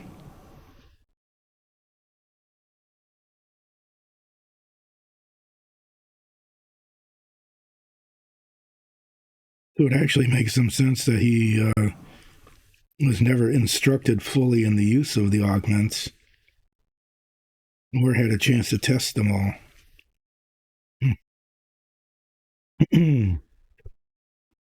Well, that could lead to some interesting oopses, couldn't it?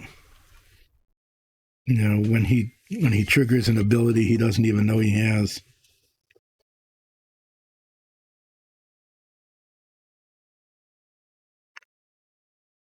or does something he thinks he can do but can't.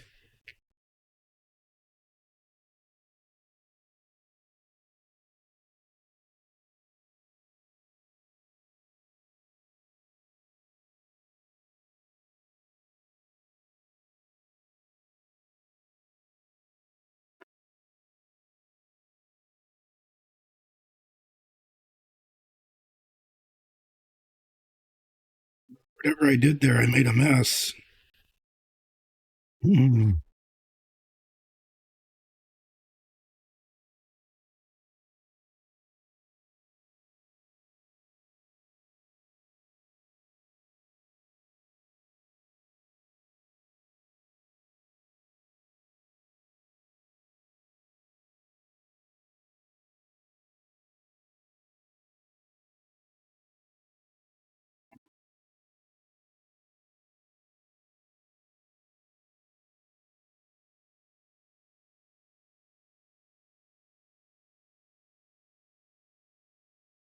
Yeah, right at the end here.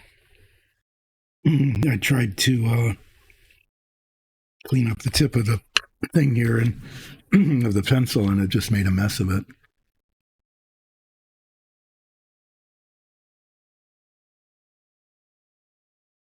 Ooh,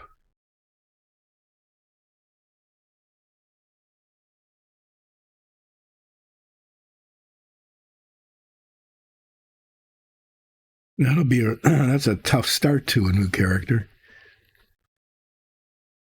I see. Okay.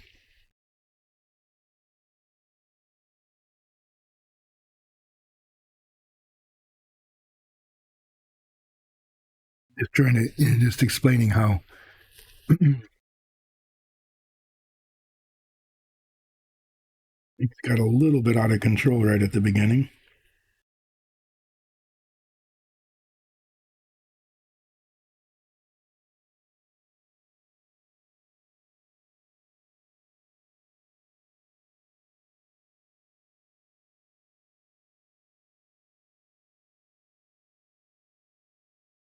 Really need to find something similar for the yellow stripe.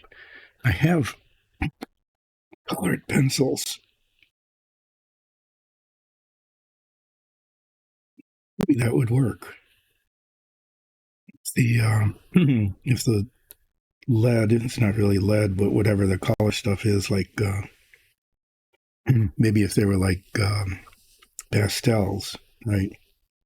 Like a soft chalk like thing, it might work on this yellow stripe that goes around the outside.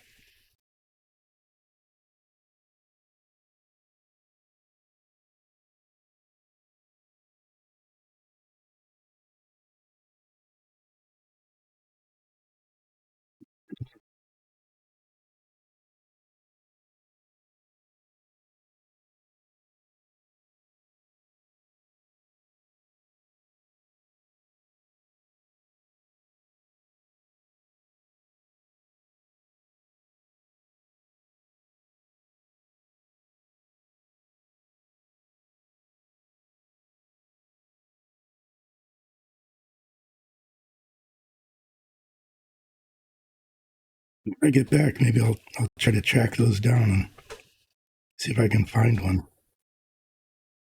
yellow pencil that would work on this.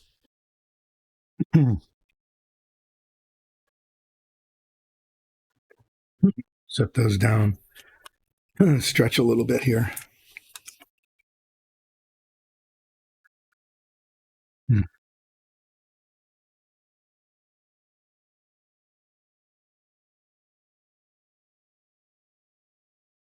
Oh, this is when he was like fatally injured and they're rebuilding him.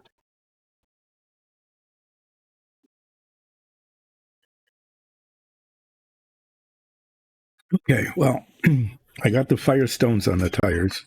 Let me.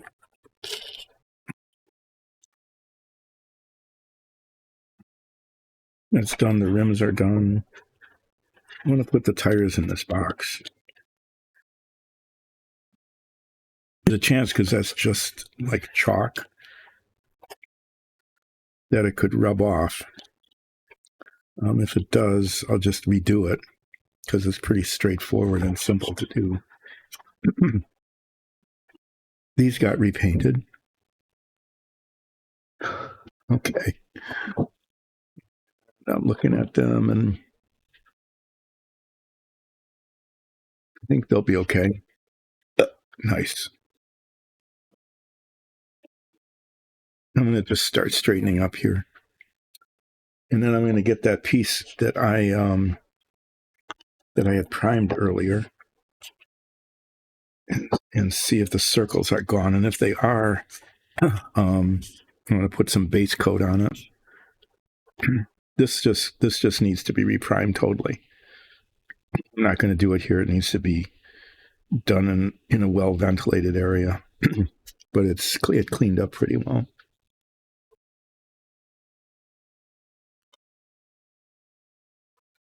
Put that on a piece of cardboard and tape it down. Be right back. I'm getting the thing I primed earlier.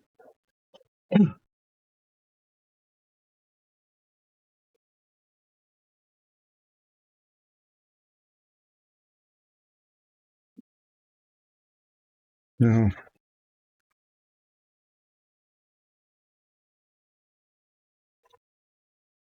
kind of what I was afraid would happen. Is that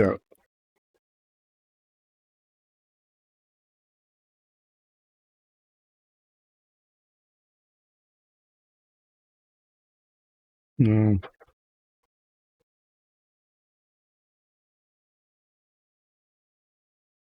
Okay, that's what's going on here.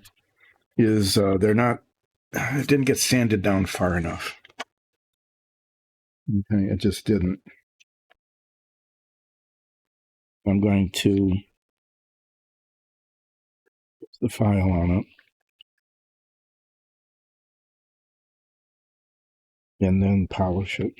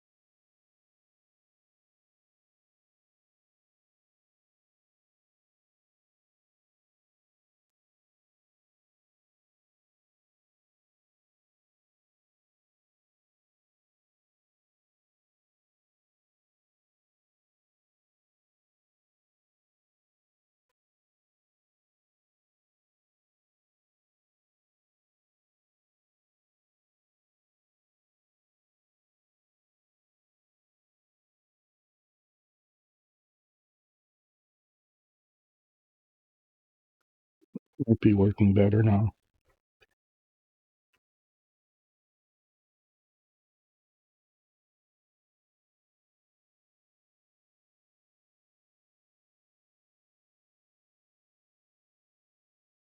You can see where the circle was that got filled in. And I think, I just didn't take it down far enough with the sandpaper.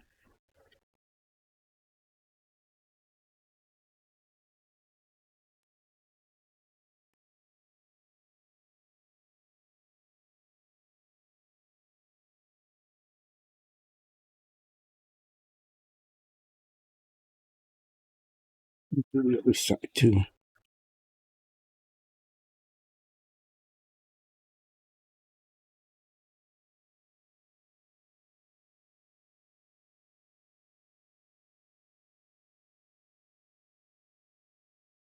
And then I'm going to have to prime this again. And I'll just do that along with the engine block.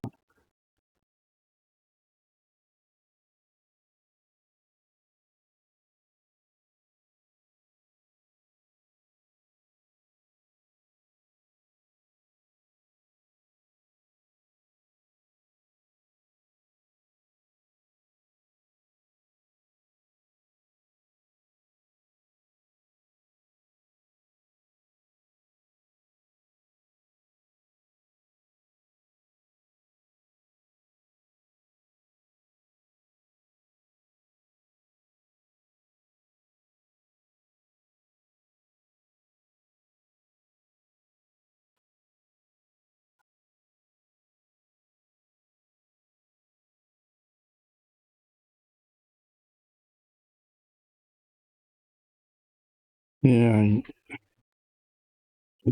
I needed to do more grumping today, and I just never got around to it.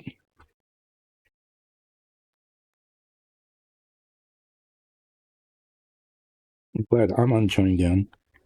So if you were watching chat, they're developing a whole new character because Arachne might not be able to play in this campaign that they're working on.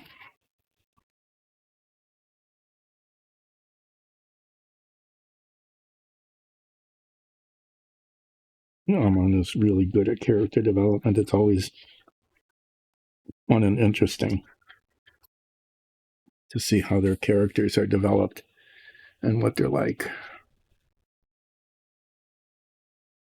They always have a tragic backstory, though.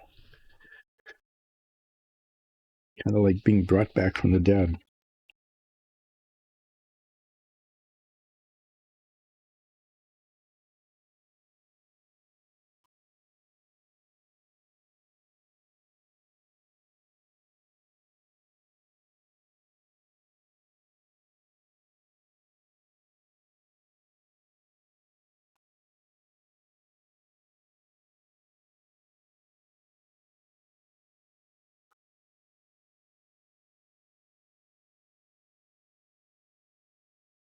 That's a recurring theme in our Dungeons and Dragons show.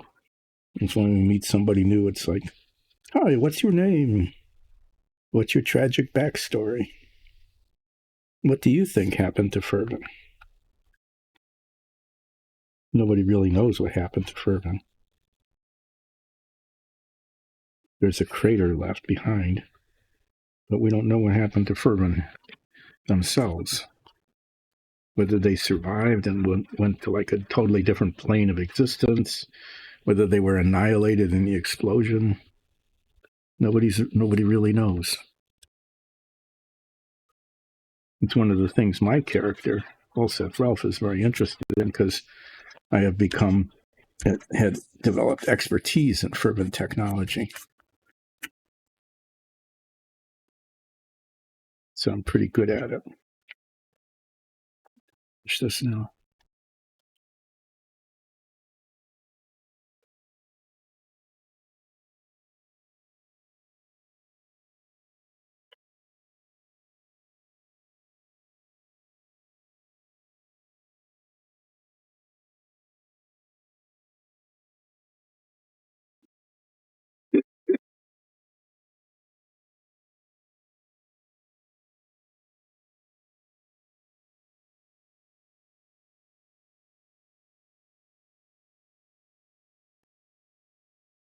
Oh, yeah, you have to watch out for those highly carnivorous cows, right?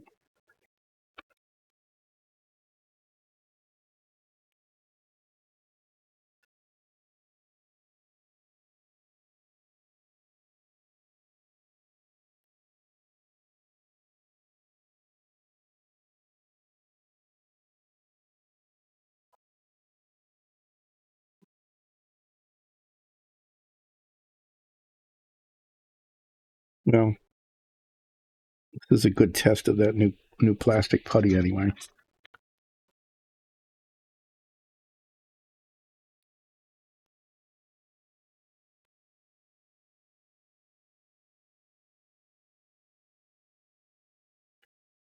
Need to spray the other side again. I'm not sure.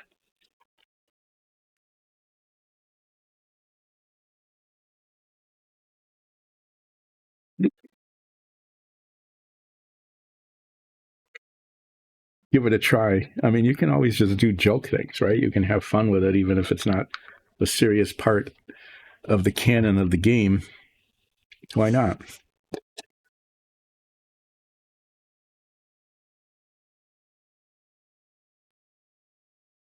Would give that a try. I thought you were going to say went out for milk and came back with beer.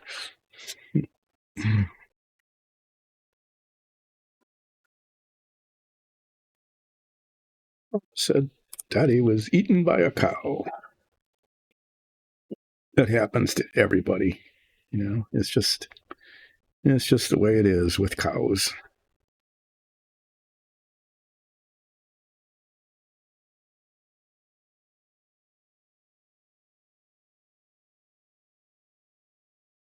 It just needs to hold on.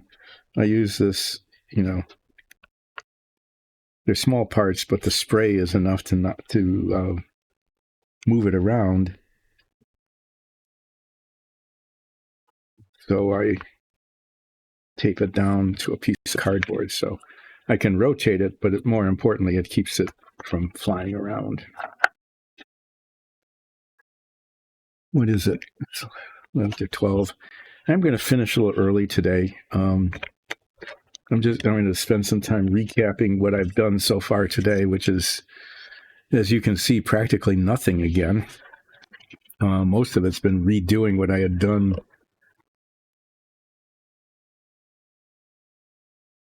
Okay. Oh, well, at least you got to try it out here. So what I managed to do is I managed to repaint these a color that is more authentic based on a picture of the real engine. You can see those are dark. Okay, so now they're painted a darker color, which is more authentic than the one that was there before. I sanded down, primed, and resanded this little piece to fill in the holes, the circles. And I spent a good deal of time sanding down, filing and sanding down the parts here where I filled in the seams. And I think I succeeded in getting the white Firestone on the tires. Looks like that's going to work. Now I need to figure out how to get the yellow stripe on it. So what did I do? I spent like 2 hours here. And the only thing really to show for it is maybe Firestone on the tires and a darker color on the headers. And these are back to where they were last week. It is pre-primed. Yeah, well, sometimes that happens. Progress is excruciatingly slow sometimes. I won't be here Wednesday. I will be back on Friday. What I will do on Friday is these will be primed. Hopefully these will be primed. And I will then paint them, at least get the base coat on them early on, and then paint the detail, especially on the other side of this one. I'll be painting the detail with just slightly different shades of the metallic colors.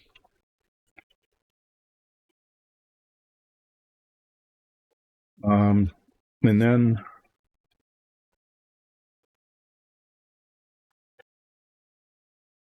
maybe I'll do that. Maybe I'll put together the wheels. I mean, that would be something at least. Is that I could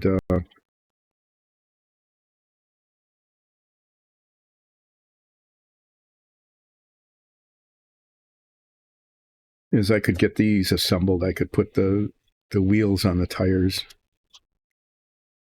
And if the painting goes okay, I could actually assemble this. I could assemble the engine block. And then start finding the parts for this. I'm not going to assemble these. I need to prime these and paint the suspension parts. And the bulkheads, those need to be painted aluminum. And then the chassis itself and the rear bulkhead need to be painted aluminum on the inside. I mean, to be accurate, it should be painted aluminum on the inside and then British racing green on the outside. We'll see how that goes. I'll see if I can get these parts out and get them prepped for painting. In the meantime, things are just going to go along at a glacial pace. No, I've said that before. Glaciers now, a lot of them are melting, are actually moving faster than the pace at which the progress is going to be made on the model. I'll promise infinitesimal, almost imperceptible progress on this model as we go along. Aman, thanks for joining in. I am going to wrap up early here so I can get going on this trip I have to go on. I'll be back on Friday, and hopefully we'll catch up with everybody then. Good luck with your character development. It is coming along really well, I think. I'm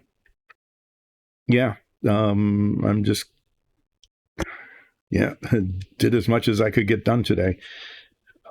So I'll pick this up again on Friday, and we'll continue to make little tiny, itsy bitsy little bits of progress on the Lotus-Ford model.